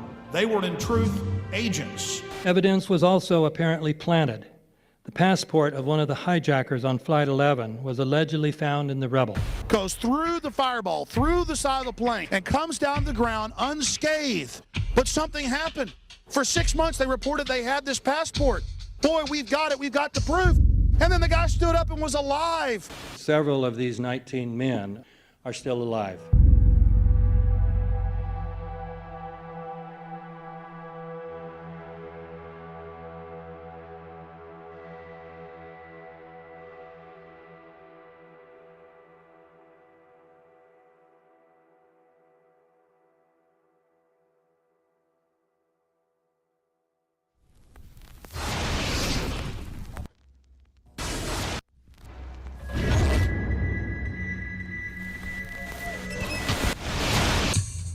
Of course we're after Saddam Hussein, bin Laden. He's January 2001, the Bush administration orders the FBI and intelligence agencies to back off investigations involving the bin Laden family, including 2 of Osama bin Laden's relatives, who were living, guess where, in Falls Church, Virginia, right next to CIA headquarters. When he was already America's most wanted criminal, he reportedly spent 2 weeks in the American hospital in Dubai, was treated by an American doctor, and visited by the local CIA agent. We have not seen one piece of evidence that links Osama bin Laden directly to the planning stages of September 11th. This failure to provide proof was later said to be unnecessary because bin Laden, in a video allegedly found in Afghanistan, admitted responsibility for the attacks. This confession is now widely cited as proof. But the man in this video has darker skin, fuller cheeks, and a broader nose than the Osama bin Laden of all other videos. We again seem to have planted evidence. In 1976, Osama's older brother Salim bin Laden hired a man in Texas by the name of Jim Bath to handle all the investments in the United States for the bin Laden family. Jim Bath also happens to be a personal, almost lifelong friend and former Air National Guard pilot with George W. Bush. The connections between the Bushes and the bin Ladens become much more clear when George Herbert Walker Bush made trips to Saudi Arabia in 1998 and 2000 to meet with the bin Laden family on behalf of a company called the Carlyle Group.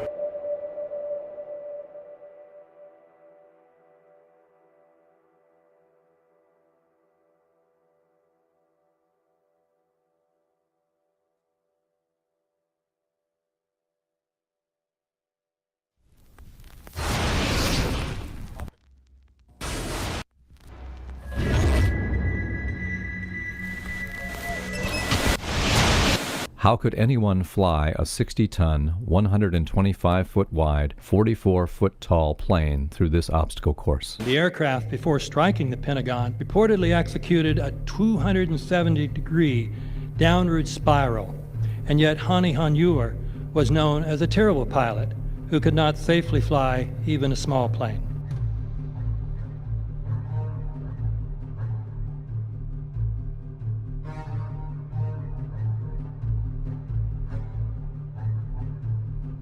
No seats, no luggage, no bodies. Nothing but bricks and limestone. The official explanation is that the intense heat from the jet fuel vaporized the entire plane. Flight 77 had 2 Rolls-Royce engines made of steel and titanium alloy and weighs 6 tons. So, looks like they took my stream down for a moment. Let me see if it's back up or not.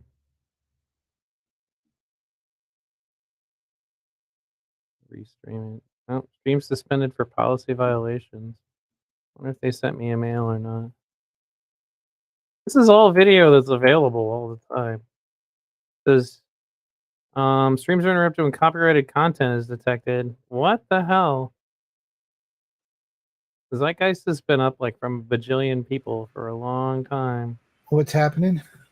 Well, our stream it's not down. It's just like there until like YouTube wakes up to the fact that I've paused the video or whatever. But I guess they don't want us to play Zeitgeist 1 for copyright reasons. And I'm like, I guarantee you the person I was playing that from does not own the copyright to that, because that's Peter Joseph's movie that other people re-uploaded like 1 million times. Let's see if we're back up now. But anyway, no, it still says it's down. Anyway, I mean, our audience can hear us, right? No, they can't. Still showing on Twitter like we're up. Yeah, well, I can try to look at it. But can you guys hear us out there? I don't. They're actually asking if I'm on Twitch and all that right now, but.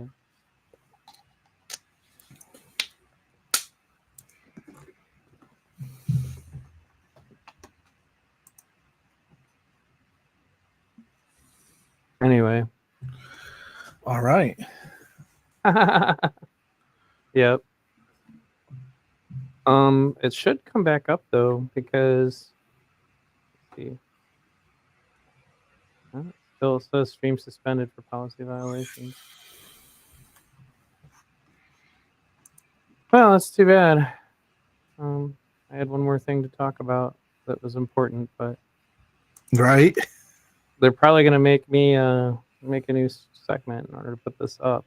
I got sent a mail that says your stream was interrupted, but they didn't ban me. So like, it doesn't look like, they're supposed to just come back up, is what has happened in the past. But people do reaction videos and stuff all the time. I mean, how are with copyright material? Like, I have no idea. Which would make me wonder, like, how much of it is because, like, there's a little bit of Alex Jones, there's a little bit of this, and a little bit of that. I got to know that we're commentating on this, that we're reacting to it. Right, I know, but that's interesting. Well, it looks like it's still down.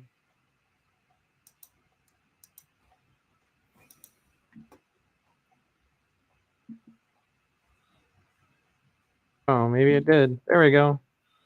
Okay, there it is. It's back up now. So anyway, so I guess we're not allowed to play that video. We can't play Zeitgeist 1. That's kind of mind blowing. We are back. Lost like half our audience through all of that. But anyway, so I can play the other video. Well, thank the half that stayed with us and didn't leave. We thank you guys for staying with us. Yeah, no kidding. Jeez. Right, for sure. But so go ahead. Here in Harrisburg, where I live, Pennsylvania, they've controlled demolition several state buildings and city buildings throughout the years. And I know that that's one of the theories of 9/11, that there was controlled demolitions for the towers. Watching the demolitions here, there's a lot that goes into it long before they actually hit the button and demo it. There's a long period of setup and planning, and to do something like that in secrecy without anybody noticing, that part seems odd to me. I know 9/11 truthers have their response to that. They have an answer and response to everything. But that one's a tough one, to be able to take down those kind of buildings that size in a controlled demolition without anybody noticing you're in there setting it up. Because usually you don't do it overnight. And as far as I know, I mean, if they can do it overnight, then that means whoever had the contract for the state buildings in Pennsylvania purposely drug it out for days and weeks, for whatever reason. So I don't have a lot of knowledge of controlled demolition of buildings. I just know it's been done here in the city, and I've seen it done. I've watched the news report on it here, a couple weeks leading up to when it's actually going to happen. And talking to the people involved in all the planning and all the things that they have to do to make sure that it demos right and that it goes off without a hitch. So yeah, I mean, again, the truthers have their response to me questioning that, but I would think that would be hard to hide and plant and do without people noticing. Well, I don't think that anybody, like, I kind of tend to lean in the direction of willful ignorance, like as in just letting it happen kind of thing. I kind of lean in that direction. But there are a lot of questions specifically about how the buildings came down and stuff like that I think are valid questions. So it's like most of us, I think it would be like, it's not really a matter of saying, what happened. It's a matter of you're saying, what didn't happen. It's just like the JFK assassination. No, I'm not buying the magic bullet. That's not going to happen. And the funny thing is that the Secret Service agent who put the bullet on the guy's stretcher, which is ironically exactly what Oliver Stone put in his movie, because that was his theory about how the bullet got there. That guy finally came forward to the public and said, "Yep, I put that bullet on the stretcher. Nope, that bullet was never fired into a human." Stuff like that comes out later. But anyway, so for those of you who stuck with us, thank you for sticking with us through the risks. And I want to play this last thing that I know is fine because it's mine. But did you have more comments before I get into that? It's all mine. You can't have it, YouTube. Do I have any more comments? Aside from the fact that they should subscribe to our channel and hit the like button on our episodes here, and that somebody said that they wish you were easier to find on Rumble. All they have to do is go to hy.page/vradio, and I'll just put that in the chat. Yeah, just go to hy.page/vradio. Is it V-radio or just V-radio? Let me go look. It used to be V-radio. Funny thing is Linktree actually banned me. Did I ever tell you that? Linktree, which does the same thing as HY page, and I got basically they just took it down. They never told me why. And when I finally inquired and got an answer, they said that for safety reasons, we don't tell people why we took it down. I'm like, for safety reasons, you're unsafe. So if you want to find me on all of my other mediums, then I'll actually just share it so you guys can see what it looks like. Then this is where you go. Because I'm actually not live on all of them because I'm trying to experiment with I've been having this problem, and Strategic Eyes is the same problem where he's been if you play something, it looks really bad, like it gets choppy, and so I experimented today with not going on Twitch. What's funny is if I had just went on Twitch, then we could have just went over there and watched it. But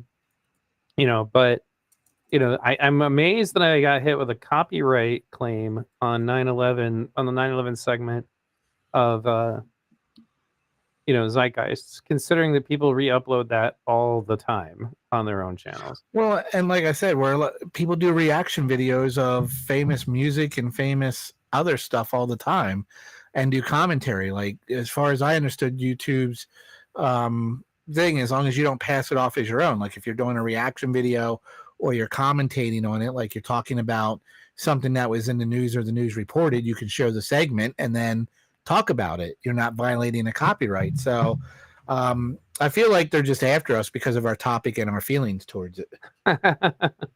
Yeah, that's not necessarily too far out of there. But then that would be anyway. a conspiracy theory, and I'm not supposed to be that. I'm a bad libertarian. You bad libertarian. You're so bad. You're such a statist, and you're always late for the stream, and you're late for this and late for that. You're so bad at this. Yeah, I am bad. That's what it is. You're so bad, bad to the bone. Right. When Brian was born, nurses all gathered round. They gazed in the wide wonder of the joy they had found. But anyway, guys, if you want to find me on Rumble, go to hy.page/vradio. I just pinned it in the chat. But there you can find me on Rumble, Twitch, all my other mediums, including BitSheet. Not BitSheet. But yeah. So everybody stop picking on Gripper Crapper. Yeah, he's our pro-Iraq war and anti-9/11 truther. How did you find my show again, Gripper? I told you not to pick on him, and you went and picked on him. Oh no, he and I have a common problem with him, spamming all of my Iraq stuff with this, And I looked at it Operation Southern Watch was just the Iraq no-fly zone.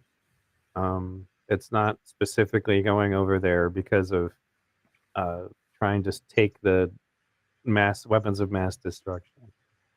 But anyway. All right. So, yeah, that's right. I'm a weirdo.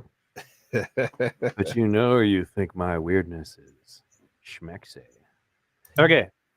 All right. So going back in here, I'm going to go ahead and bring up this video that is a clip from my video. It was called Joe Biden, Bush, and Iraq, a bipartisan war crime. I actually made it because Bush had done this weird Freudian slip when he was up on the podium very recently talking about Ukraine.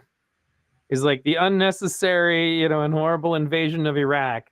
And then he went, I mean Ukraine.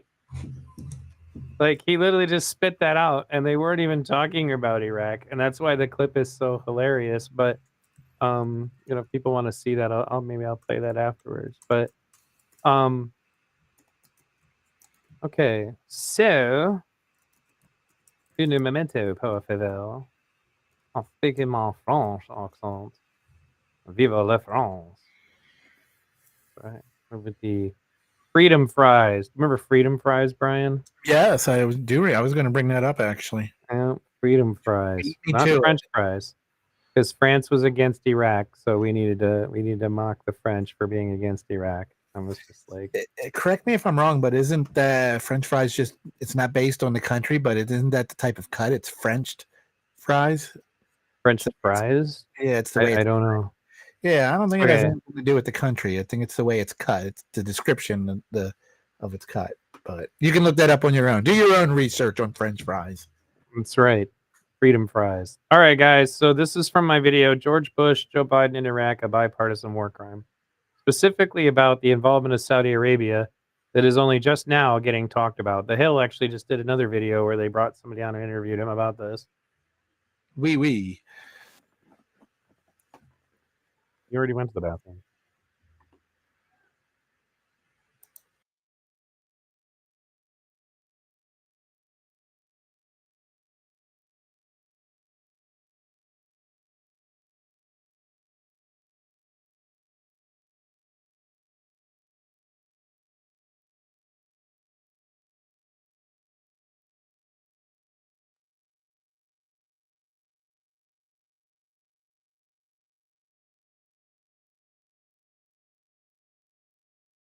CBS News exclusive new evidence of a link between two 9/11 hijackers and a man said to be on Saudi Arabia's intelligence agency payroll.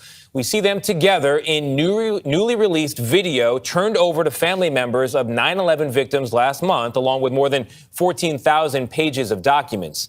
The evidence obtained from British authorities raises new questions, actually renews an old one. Did the Saudi government assist the hijackers on 9/11? The Saudis have always denied that explosive question. Senior investigative correspondent Catherine Herridge has the story.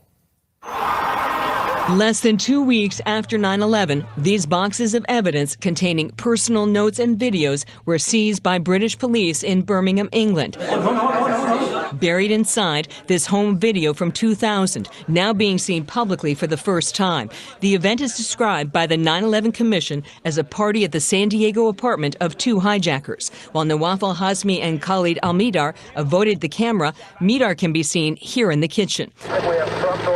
Their team would later commandeer Flight 77, slamming it into the Pentagon. The party's host, a Saudi national, Omar al-Bayoumi, who British police arrested after 9/11, and from whom they seized the videos and documents. 3 years after the attack, the 9/11 Commission said there was no credible evidence that Bayoumi believed in violent extremism or knowingly aided extremist groups. Though a newly declassified FBI memo from 2017 reports Bayoumi was on the payroll of Saudi intelligence, a fact that was not confirmed at the time of the 9/11 Commission report. I call him a facilitator because he helped them out. Last fall, CBS News sat down with retired FBI agents Danny Gonzalez and Ken Williams, who investigated the hijacker support network. Both now work for the 9/11 families. He helped them with apartments. He helped them with bank accounts. He was also an employee of the government of Saudi Arabia. Among the records, a notepad containing a handwritten drawing of a plane and mathematical equation that an expert said in a court filing could be used to calculate the rate of descent to a target.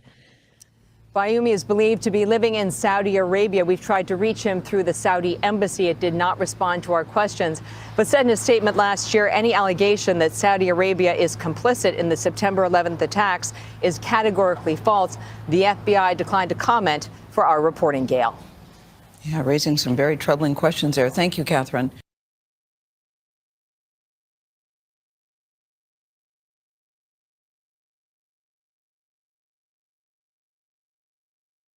So in the rest of this, I go into Joe Biden's huge support for Iraq. But I do think it's relevant to go back to this. In contrast, Russian elections are rigged. Political opponents are imprisoned or otherwise eliminated from participating in the electoral process. Like Donald Trump.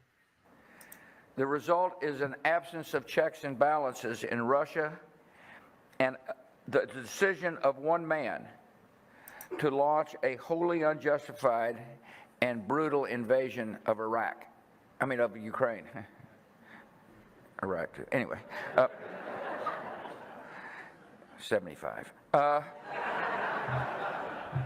The decision of one man to launch a wholly unjustified and brutal invasion of Iraq.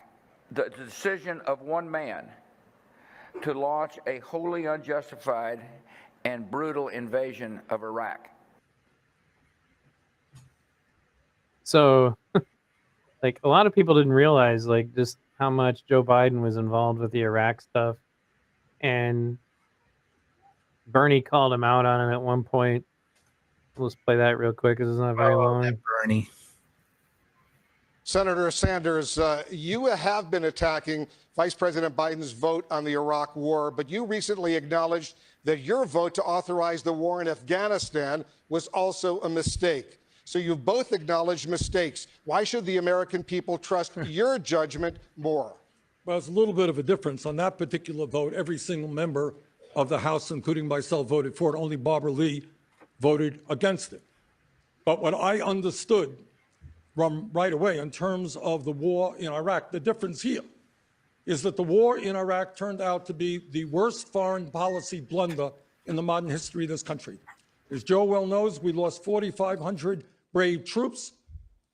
Hundreds of thousands of Iraqis died. We have spent trillions of dollars on that endless war, money which should go into healthcare and education and infrastructure in this country.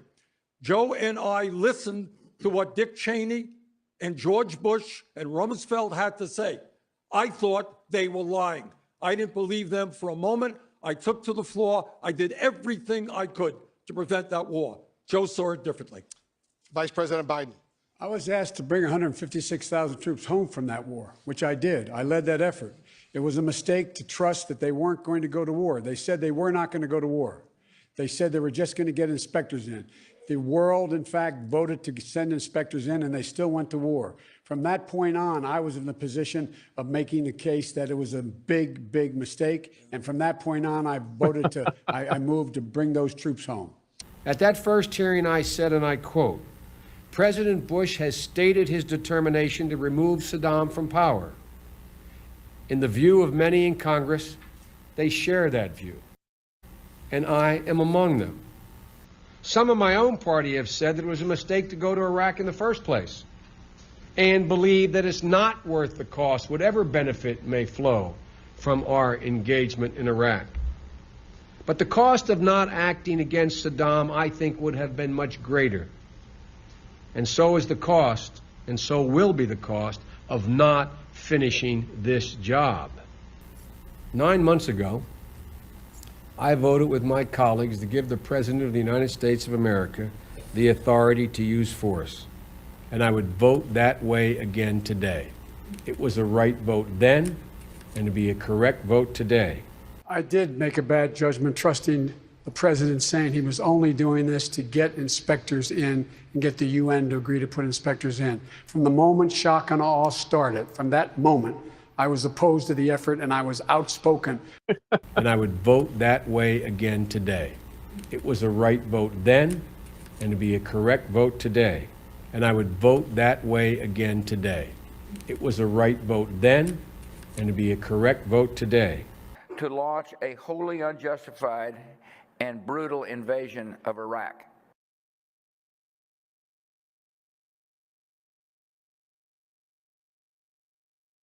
Obviously, the war in Iraq was a big, fat mistake, all right? Now, you can take it any way you want, and it took Jeb Bush, if you remember at the beginning of his announcement, when he announced for president, took him 5 days. He went back. It was a mistake. It wasn't a mistake. Took him 5 days before his people told him what to say, and he ultimately said it was a mistake. The war in Iraq, we spent $2 trillion, thousands of lives. We don't even have it. Iran is taking over Iraq with the second largest oil reserves in the world. Obviously, it was a mistake. So George Bush made a mistake. We can make mistakes, but that one was a beauty. We should have never been in Iraq. We have destabilized the Middle East.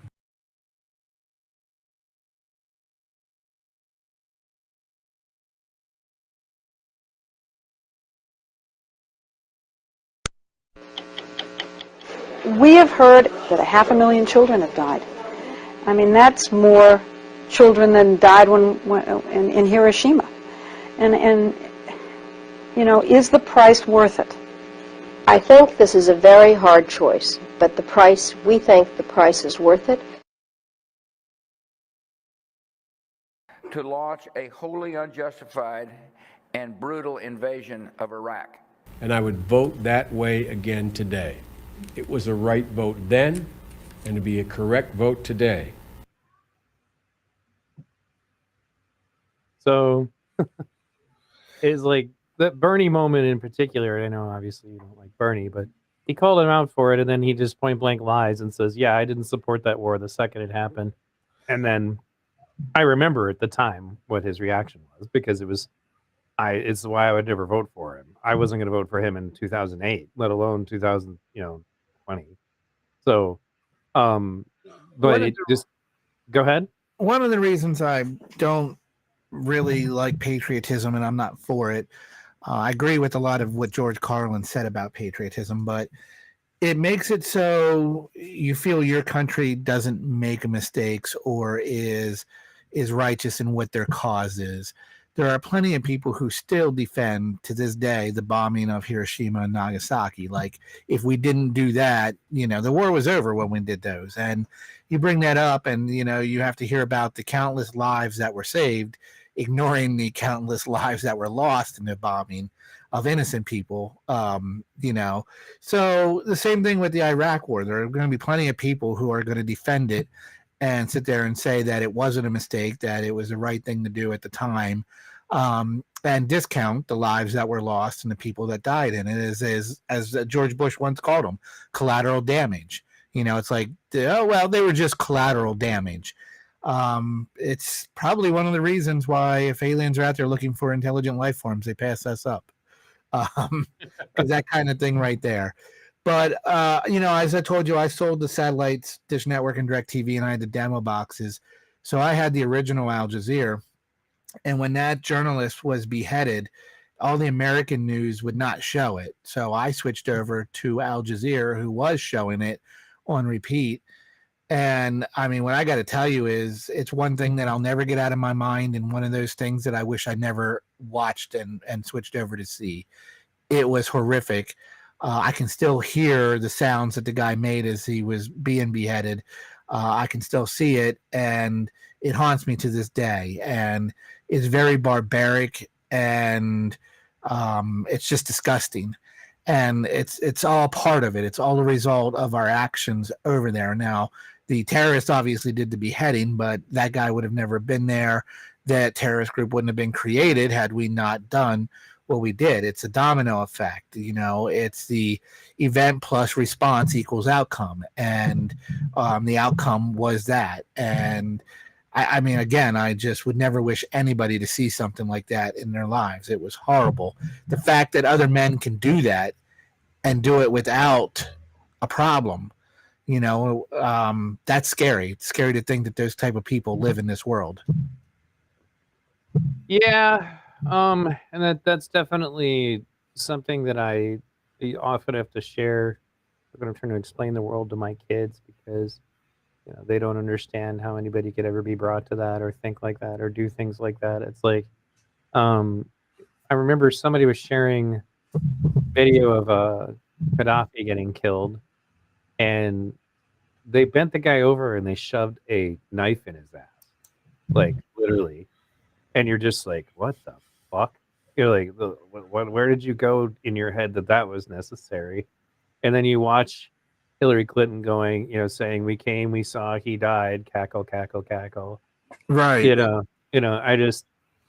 It's anyway, but bringing us back around, to 9/11, I'm sorry that the Zeitgeist segment got interrupted. I think it was just getting to the part that, would have been most interesting. But like, a lot of people died that day that didn't need to, and that's really the questions that are always surrounding it. Like, how did they not catch them?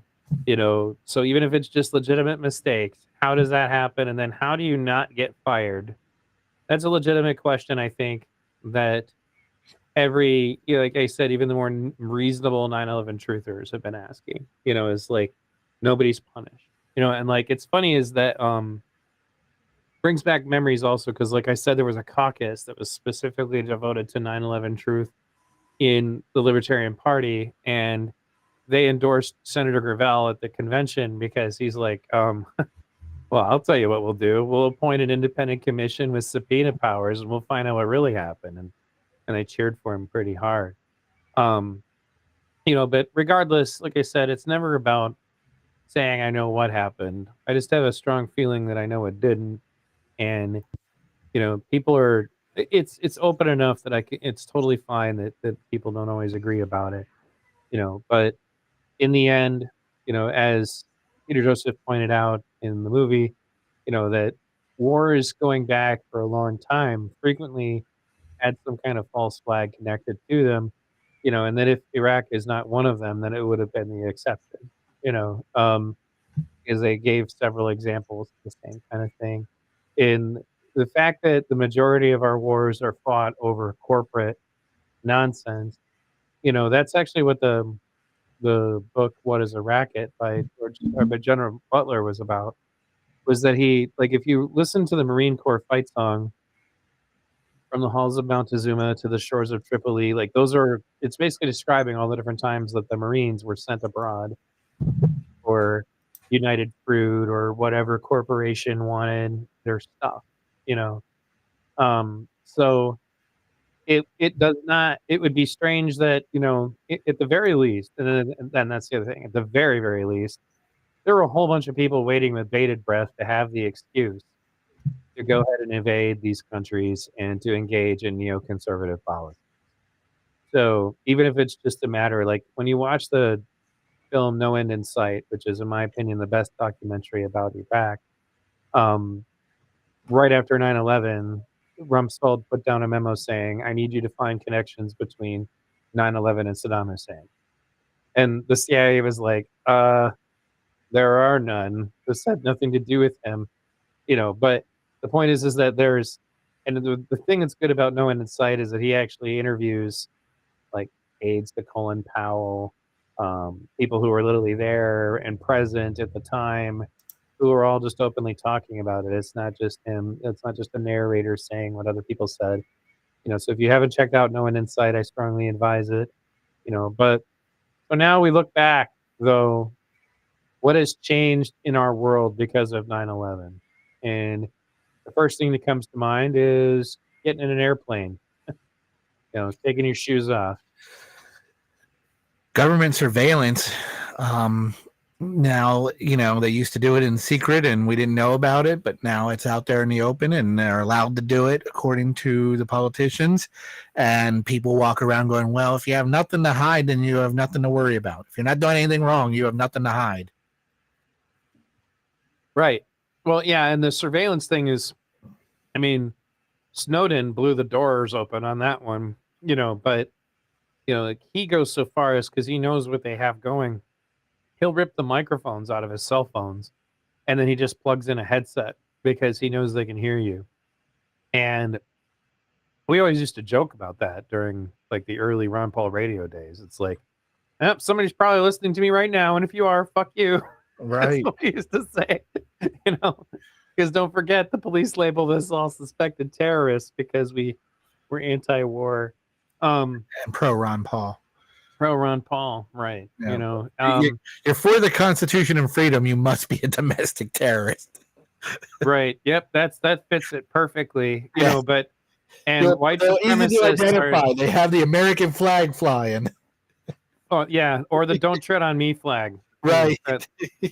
Jesus, that's so stupid. Have you watched that video? Because like the woman, like is like literally the kid's mom is like, you realize you're wrong, right? Just goes over the history of that "Don't Tread on Me" flag, Godson flag, I think it's called.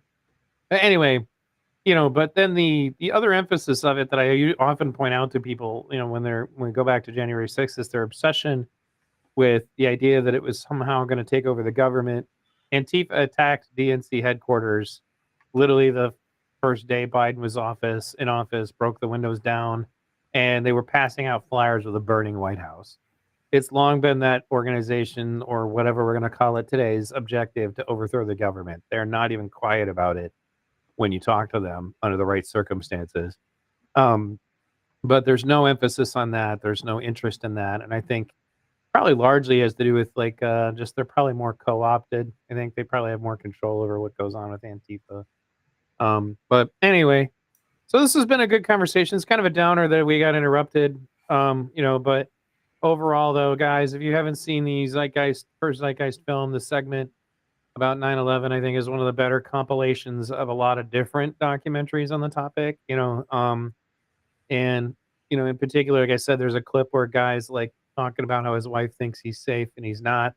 He's stuck in the building, and the building is hot and arid, and they're waving out the door, trying to hopefully see if maybe somebody can grab them, but it's really no way. And then you hear the building start to rumble, and he screams, "Oh God!" And that's the last thing you hear of him. And that guy's thick New York accent saying that is still stuck in my head Right. to this day. So I hope that then that's one of the reasons I said, I was like, man, I've done a lot of shows about 9/11 back in the day, and I'm like, we really want to do another one. And then that clip about another angle on the Pentagon was interesting, but it also comes back to what we discussed in our last stream, which was, we're being goaded, we're being pushed. They're hoping that somebody with patriotic beliefs finally goes and does something Timothy McVeigh-ish. So don't let yourself get talked into doing it, because they want to label any kind of concern about what the government is up to as terrorism. And don't allow yourself to fall out of that. Recognize that as much as you think you would feel satisfied with the idea, well, it would feel so good to just go ahead and do something about this tyranny in the country. It's like we said last time. Where would we be politically right now if there wasn't a January 6th, right? Where would we be politically right now if there was no 9/11, right? The world would be a very different place. So anyway, been at this for a couple hours. Did you have any final thoughts? My normal. Obviously, I want to thank everybody for being a part of the show today. You know how much I love the interaction in the chat room and everybody part of that. If you haven't hit the like button on these videos, then we need you to do that, because that helps show your support. And we always encourage you to paste the links on social media and encourage people to listen in and help us grow the show, because without you, we can't grow. And if you haven't gone over to Liberty Unleashed yet on YouTube or Rumble and subscribed or followed, then I'd appreciate if you do. And as always, it's been a great show with you, Neil. Easy topic to come up with as the day kind of dictated it, but worthwhile topic, something to relive and talk about and revisit. So, as everybody says, never forget 9/11. Hopefully that doesn't mean just the people who died on 9/11, but the government involvement in these things and how nefarious the government can be when it comes to stuff. So let's never forget that as well. And again, thank you everybody for tuning in and listening. And guys, if you have not yet, please make sure that you subscribe to Brian's channel, Liberty Unleashed. Because he is going to do his own content any minute now. I'm very close to getting my documentary done, so that's coming out soon. We'll premiere it. We'll talk about it on one of our shows. We'll set a premiere date. We'll throw a party. It will be great. So, and yeah, I was hoping. Yeah, I think so. I mean, why not? I finally got my own content back up, not just hijacking your show. Well, how do we throw a party when you live on the other side of the country? Are you going to order me a pizza and have it delivered? Well, I could do that for you, but you've never heard of a virtual party? Oh, yeah, virtual party. I'm not doing it if you like pineapple on your pizza. Not happening, so don't even say it. That's actually a joke in our Discord, is that you're only allowed to personally attack people if, one, they like grunge music, or two, if they like pineapple on their pizza. I'm sending you a Nirvana CD and a pineapple pizza for our party. So the Nirvana CD will be a coaster. I will scratch the shit out of that. Anyway, thanks again, everybody, for tuning in today to V Radio. If you have not yet, please go to hy.page/V Radio. There you will find me on Twitch, BitChute, Odyssey, Rumble, all of those places. You can also, if you would like, you enjoy this kind of content, and obviously like, share, subscribe, ring the bell, help me out with the algorithm, because the algorithm doesn't like when people do things like Report the Truth. They hit them with copyright strikes for stuff that it doesn't belong to the person I was showing it from. Right. All the more yeah. reason for them to share our videos around social media and say, we're sticking it to the man by sharing the V Radio Liberty Unleashed show. Right. And also, if you want to support the stream financially, you can do the same thing at hy.page/vradio.